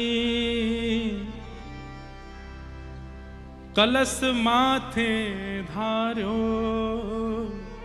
हूं जल भरन जात थी सजनी, कलश माथे धार्यो। तभी सांवरी सी किशोर मूरत, सांवरी सी किशोर मूरत, कछुक टोनो कर डारो, कछुक टोनो कर डारो। मुझ पर कोई टोना कर दिया। अब तो नेत्र खुले रह गए, मुख खुला रह गया, हाथ मटकी पकड़े रह गए, सांस मानो जैसे थमसी गई हो, कुछ सोच नहीं रही है, कुछ विचार नहीं कर रही है, बस रूप माधुरी का दर्शन और नेत्रों से बिंदु गिर रहे हैं अश्रु के। रोम के अलग अलग अंग पर पुलकित हो रहे हैं, जैसे मानो रोए खड़े हो रहे हैं मीराबाई के। बंधुओं, ये भाव इसलिए सुनिए कि कभी श्याम सुंदर आ गए तो ऐसा ही होगा। सुध ना रही तन मन की, सब बिसर गयो बारो, कछुक टोनो करी डारो। भूल गई, भूली री भवन में तो बावरी बहीरी, कृष्ण नाम जबते श्रवण सुनोरी आली। भूल गई, ये तक भूल गई कि मैं कौन हूं, मैं कहां हूं, मैं क्या कर रही हूं, ये क्या हो रहा है, सब भूल गई। बस नेत्रों में कृष्ण, मन में कृष्ण, बुद्धि में कृष्ण, रोम रोम में कृष्ण, वो छवि। और उसके बाद तो मंद मंद ठाकुर जी मुस्कान लगे और मुस्काए करके कह रहे हैं, उठाए ले। माधवी कह रही है, क्या? अरे मटकी उचाए ले। अच्छा उचाए लो? बोले हाँ। आप उचवाए दो? ठाकुर जी बोले मैं उचवाऊं? बोले हाँ। जैसे ही ठाकुर जी सन्मुख गए, छोटे से गोपाल जी, माधवी उन्हीं को देख रही है, कुछ चिंतन नहीं चल रहा है। ठाकुर जी एक तरफ से मटकी पकड़ करके खड़े हैं और माधवी से कह रहे हैं, अरे मैं अकेलो कैसे उठाऊंगा, तू भी तो नेक जोर लगा। माधवी भी पकड़ती है और जैसे ही मटकी उचान लगी, ठाकुर जी मटकी से नेक उठे हैं, बस छोटे से हैं, लेकिन जैसे ही मटकी उचवाई अब उच गई। जैसे मीरा ने उठाई है, माधवी ने उठाई है, और जैसे ही उठाती जा रही है उतने ही बड़े श्याम सुंदर होते जा रहे हैं और बिल्कुल माधवी के सामने आ गए और आए करके मटकी ऊंचाई करके वाके सिर पर धर दी। मतलब बाल कृष्ण अब कुंवर कृष्ण बन गए।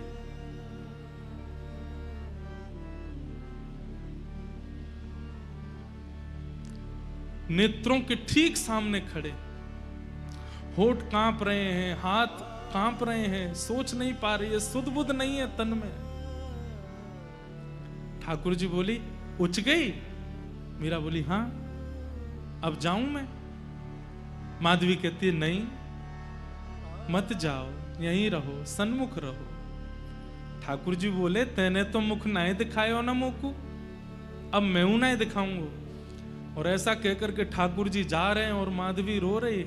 कभी हाथ पकड़ती है, पर जैसे ही हाथ पकड़ती है हाथ अंतर ध्यान हो जाता है, कंधा पकड़ती है अंतर ध्यान हो जाते हैं, केश लहरा रहे केश पकड़ती है, सर्वांगण कृष्ण अंतर ध्यान हो गए।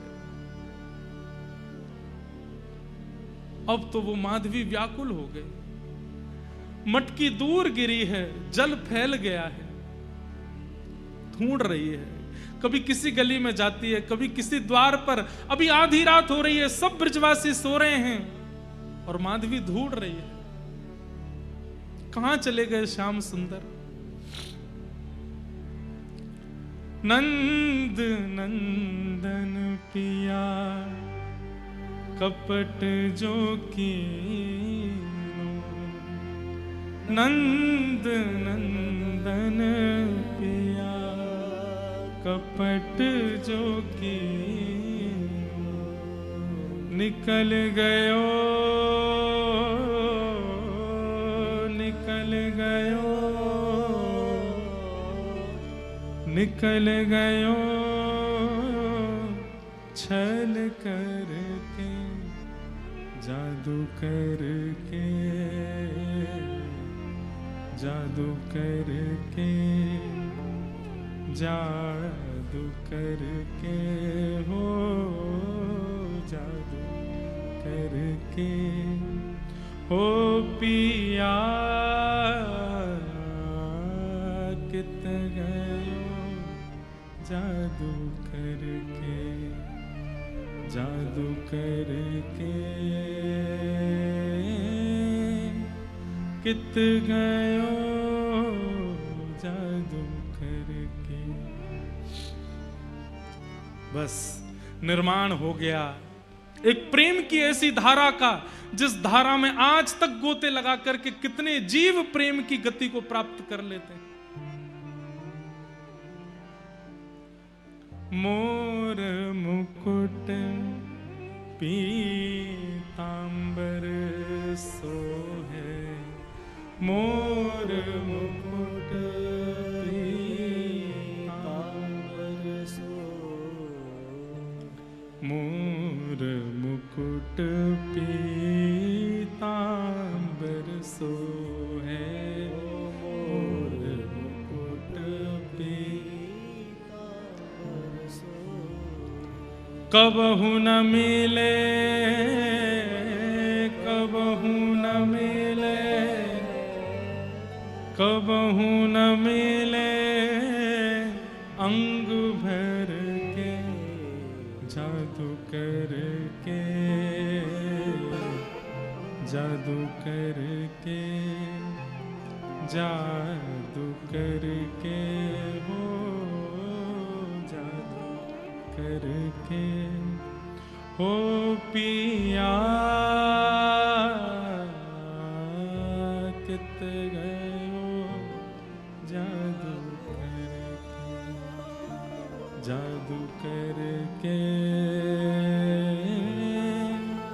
कित गयो जादू करके। मेरा दासी शरण जो आई, मेरा दासी शरण। सब लोग गा। बंधुओं आपको पता है ये जो अभी हम सुन रहे थे ना, ये अंतिम दर्शन था ठाकुर जी का। इसके बाद मीराबाई को कम से कम 10,000 साल तक ठाकुर जी नहीं दिखे। ये अंतिम दर्शन था मीराबाई का।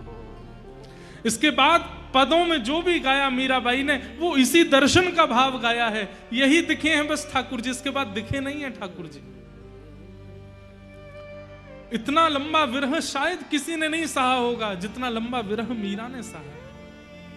मेरा दास शरण जो आई, मेरा दास शरण जो आई, मेरा दास शरण जो आई, मेरा दास शरण जो आई।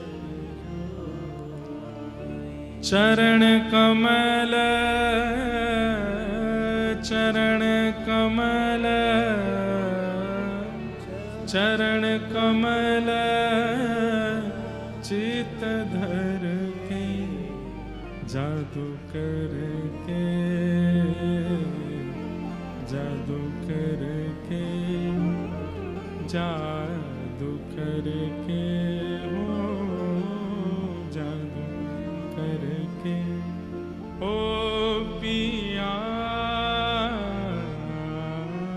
कित गयो जादू करके, जादू करके कित गयो। नहीं दिखे ठाकुर जी। अब तो माधवी ऐसी हो गई है कि सुध ना रही तन मन की। अब तो भोर हो गई, सब गोपियां सामने से आती हैं तो माधवी स्वयं को छुपाती है, नेत्रों के अश्रुओं को छुपाती है, अपनी मन की स्थिति को छुपाती है। हाथ पैर कांपते हैं उसके। भोजन बनाती है पर भोजन बन नहीं पाता, रोटी बनाती है तो रोटी जल जाती है, श्रृंगार करती है तो श्रृंगार नहीं कर पाती है। कोई काम सही से बन नहीं पाता मीराबाई से, माधवी से। और बस अब ये भी उसको मन में भाव आता है कि मैं इन गोपियों से कैसे पूछूं कि ठाकुर जी कहाँ हैं। और ये गोपियां कभी ठाकुर जी को देखने जाती भी हैं तो माधवी को संग लेके नहीं जाती, क्योंकि सबको पता है कि ये तो चाहती नहीं देखना। तो माधवी भी कहने में झिझकती है कि मैं कैसे कहूं कि मुझे ले चलो, पहले मैंने इतनी बुराई जो की है। छिप कर के कभी माधवी जाती भी है तो ठाकुर जी का दर्शन नहीं होता। धीरे धीरे ठाकुर जी बड़े हो गए। 7 वर्ष की आयु जब हुई और इंद्र पूजा मिटा करके जब ठाकुर जी ने गिरिराज पूजन कराया, सब ब्रजवासी गोवर्धन गए, उनमें माधवी भी गई है। आज माधवी के मन में एक आशा है, आज कृष्ण दिखेंगे, आज श्याम सुंदर दिखेंगे, आज मुझे कन्हैया जरूर दिखेंगे। लेकिन लाखों की तादाद में ब्रजवासी हैं, उनमें कभी पीतांबरी दिखती है दूर से, कभी एक भुजा दिख जाती है, कभी कोई उंगली दिख जाती है, कभी केश दिख जाते हैं, पर मुखमंडल नहीं दिख रहा। ऐसी योजना बनती है कि मीराबाई जितना भी घूम घूम के आती है माधवी, ठाकुर जी को देख ही नहीं पाती। अंत तो गत्वा जब इंद्र ने वर्षा की और 7 वर्ष के ठाकुर जी ने 7 कोस लंबे चौड़े गिरिराज पर्वत को अपनी बाम हस्त की कन्नी उंगली पर धारण किया, सब ब्रजवासी दौड़ करके जब ठाकुर जी के समीप पहुंच गए, माधवी जैसे तैसे प्रयास करके उस शिला के पास पहुंच गई जहां ठाकुर जी खड़े हैं।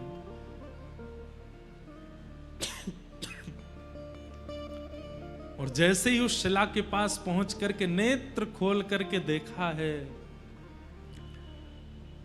जैसे ही ठाकुर जी की ओर देखा तो बाहर तो इंद्र वर्षा कर रहे हैं, इतना जल गिर रहा है, पर मीराबाई के नेत्रों में इतना जल आने लगा, माधवी के नेत्र इतने जलों से भर गए, बार बार पहुंचती है पर जैसे ही खोलती है मानो जैसे आंसुओं की पिचकारी चल रही हो नेत्रों से, देख नहीं पा रही ठाकुर जी को। चरणों में गिर गई, लिपट गई, बोले नाथ मुझे क्षमा कर दो, मुझे पता है आप मुझसे नाराज हैं, आप मुझसे रूठ गए, इसलिए मेरी ऐसी स्थिति कर दी है कि सब देख रहे हैं आपको पर मैं आपको देख नहीं पा रही हूं, मुझे आपका दर्शन नहीं हो रहा है।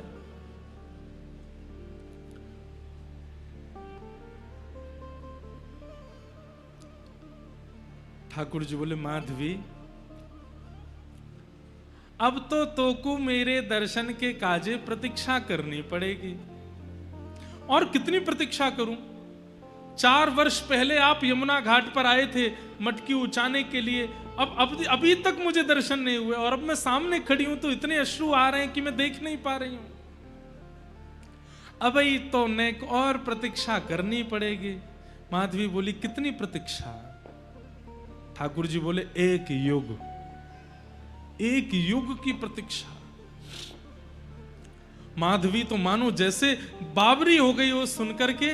प्रतीक्षा की घड़ी होती है 1 वर्ष, 6 महीने, 5 महीने। अरे कोई व्यक्ति प्यासा हो और उससे कह दिया जाए कि तुम तो जल कभी पी ही नहीं सकते क्योंकि जल पीते ही प्राण निकल जाएंगे, तो भी वो जलपान कर लेगा। आपने तो मुझसे जल का सिंधु ही दूर कर दिया।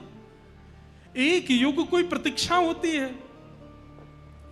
ठाकुर जी बोले, जितनी लंबी प्रतीक्षा, जितनी बड़ी प्रतीक्षा होगी, उतना पवित्र प्रेम प्रकट होगा माधवी। और अब मैंने कह दिया है, अब तुम प्रतीक्षा करो। द्वापर युग जब निकल जाएगा तब कलयुग प्रारंभ होगा, और कलयुग प्रारंभ होने के कुछ 1000 वर्ष व्यतीत होने के बाद में मध्य में भक्ति शतक आएगा। 100 वर्ष तक भारत में केवल भक्तों के जन्म होंगे, तभी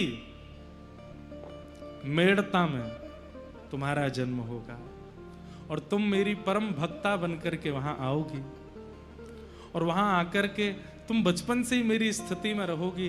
तभी एक संत तुम्हारे गांव में आएंगे, उनके सेवा के ठाकुर जी के रूप में मैं ही आऊंगा, और उन संत से तुम मुझे मांग लोगी। मुझे देखते ही तुम्हें अपने पूर्व जन्म यानी कि इस जन्म की सारी यादें ताजा हो जाएंगी, और तुम मेरे को प्राप्त करके फिर मेरे साथ रहोगी। भक्ति काल कलयुग में आकर के जब तुम मेरा रूप, मेरी भक्ति का रूप धारण करोगी, प्रेम का प्रचार करोगी, तुम्हारे प्रेम सरोवर में डुबकी लगा करके असंख्य लोग मेरे प्रेम भाव को प्राप्त करेंगे। इसलिए तुम्हारा प्रतीक्षा करना आवश्यक है। अब जाओ, प्रतीक्षा करो। इतना बड़ा विरह तो भगवान ने किसी को नहीं दिया है जितना बड़ा विरह माधवी को दिया है। गोवर्धन पूजा के बाद माधवी कहां गई किसी को नहीं पता, और उसके बाद हजारों वर्ष व्यतीत हो गए, कलयुग प्रारंभ हो गया। कलयुग में भी हजारों वर्ष व्यतीत हो गए, और आज से लगभग 450-500 वर्ष पूर्व भारत भूमि में वही माधवी भक्तिमती मीरा के रूप में जन्मी है। बोलो भक्त वत्सल भगवान की। और वही मीरा,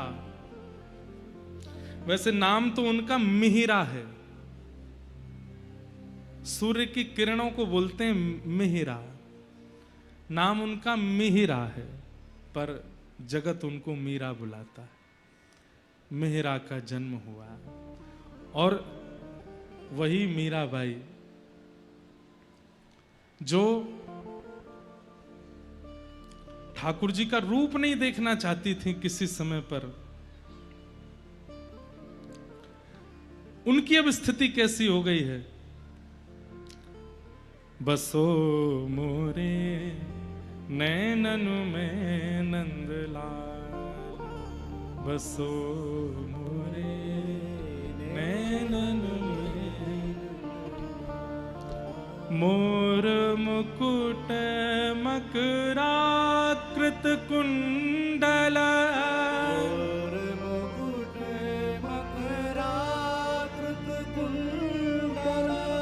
अरुण तिलक सोहे भाल, अरुण तिलक सोहे भाल, बसो मोरे नैनन में नंदलाल, बसो मोरे नैनन में, मोहनी मूरत सावरी सूरत, मोहनी मूरत सावरी सूरत, नैना बने विशाल,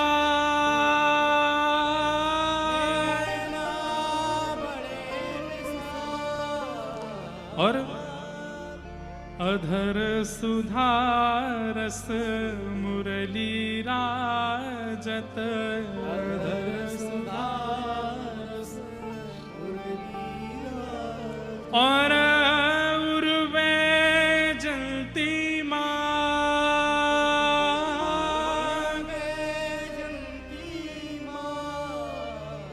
मीरा के प्रभु संतन सुखदायक, मीरा के प्रभु संतन सुखदायक, मीरा प्रभु संतन सुखदायक, मीरा प्रभु संतन सुखदायक। भक्त वत्सल गोपाल, भक्त वत्सल गोपाल, बसो मोरे नैनन में नंदलाल, बसो मोरे नैनन में। वही मिहिरा मां के कहने पर कि यही तेरे बींद हैं, उस मूर्ति में ही अपने बींद को देख लेती है और बस वहीं से शुरू हो जाती है ये कहानी भक्तिमती मीराबाई के प्रेम की। आगे क्या क्या हुआ ये सब हम आगे कथा में सुनेंगे, एक एक विषय मीराबाई का पक्ष रखेंगे। नवल किशोर नवल नागरिया, नवल किशोर नवल नागरिया, नवल किशोर नवल नागरिया,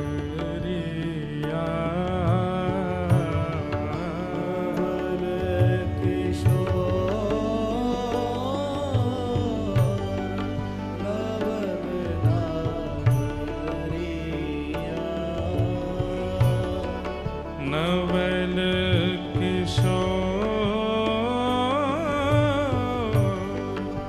नवल नागरिया,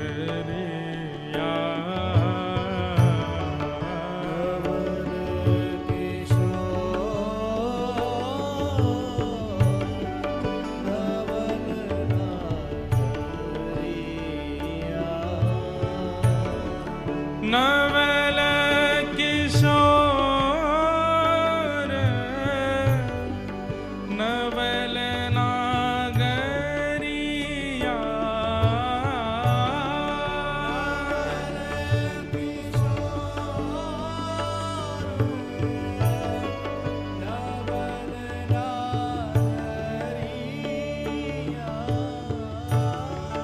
नवल किशोर नवल नागरिया,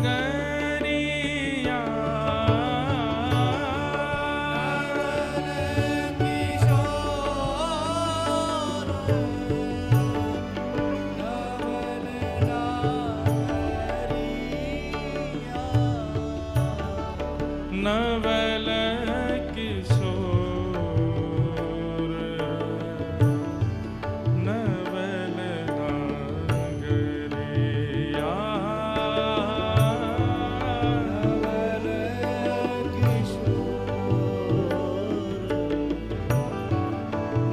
नागरिया, ओ नवल किशोर नवल नागरिया।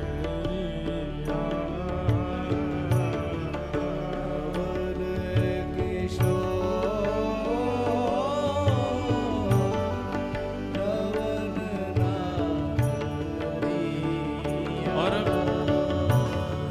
सूरदास जी का पद है, नवल किशोर नवल नागरिया। नवल मतलब छोटे छोटे हैं, अभी किशोर अवस्था के हैं और श्री वृंदावन कुंज में कैसे भ्रमण कर रहे हैं।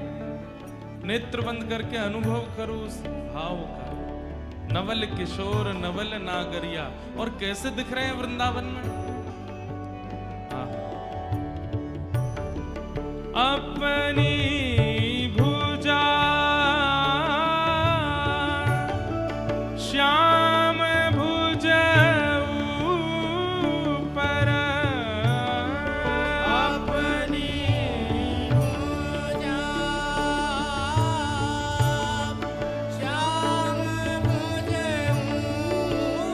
ऊपर, अपनी भुजा श्याम भुज ऊपर, अपनी भुजा श्याम भुज ऊपर, श्याम भुजा अपने ओर धरिया, श्याम भुजा अपने ओर धरिया। किशोरी जी ने अपनी भुजा तो ठाकुर जी की भुजा के ऊपर रखी है, और ठाकुर जी की भुजा अपने हृदय पर रखी है। तो कैसी छवि बनी। किशोरी जी ने ठाकुर जी को हाथ अपनी भुजा से पकड़ो है, और ठाकुर जी की भुजा अपने हृदय पर रखी है। ऐसी छवि को दर्शन श्री सूरदास जी कर रहे हैं, और ऐसे नवल किशोर नवल नागरी वृंदावन में रमण कर रहे हैं। ओ नवल किशोर नवल नागरिया, नवल किशोर नवल नागरिया,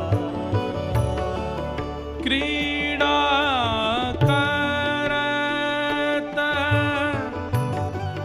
तमाल तरुण तरनिया,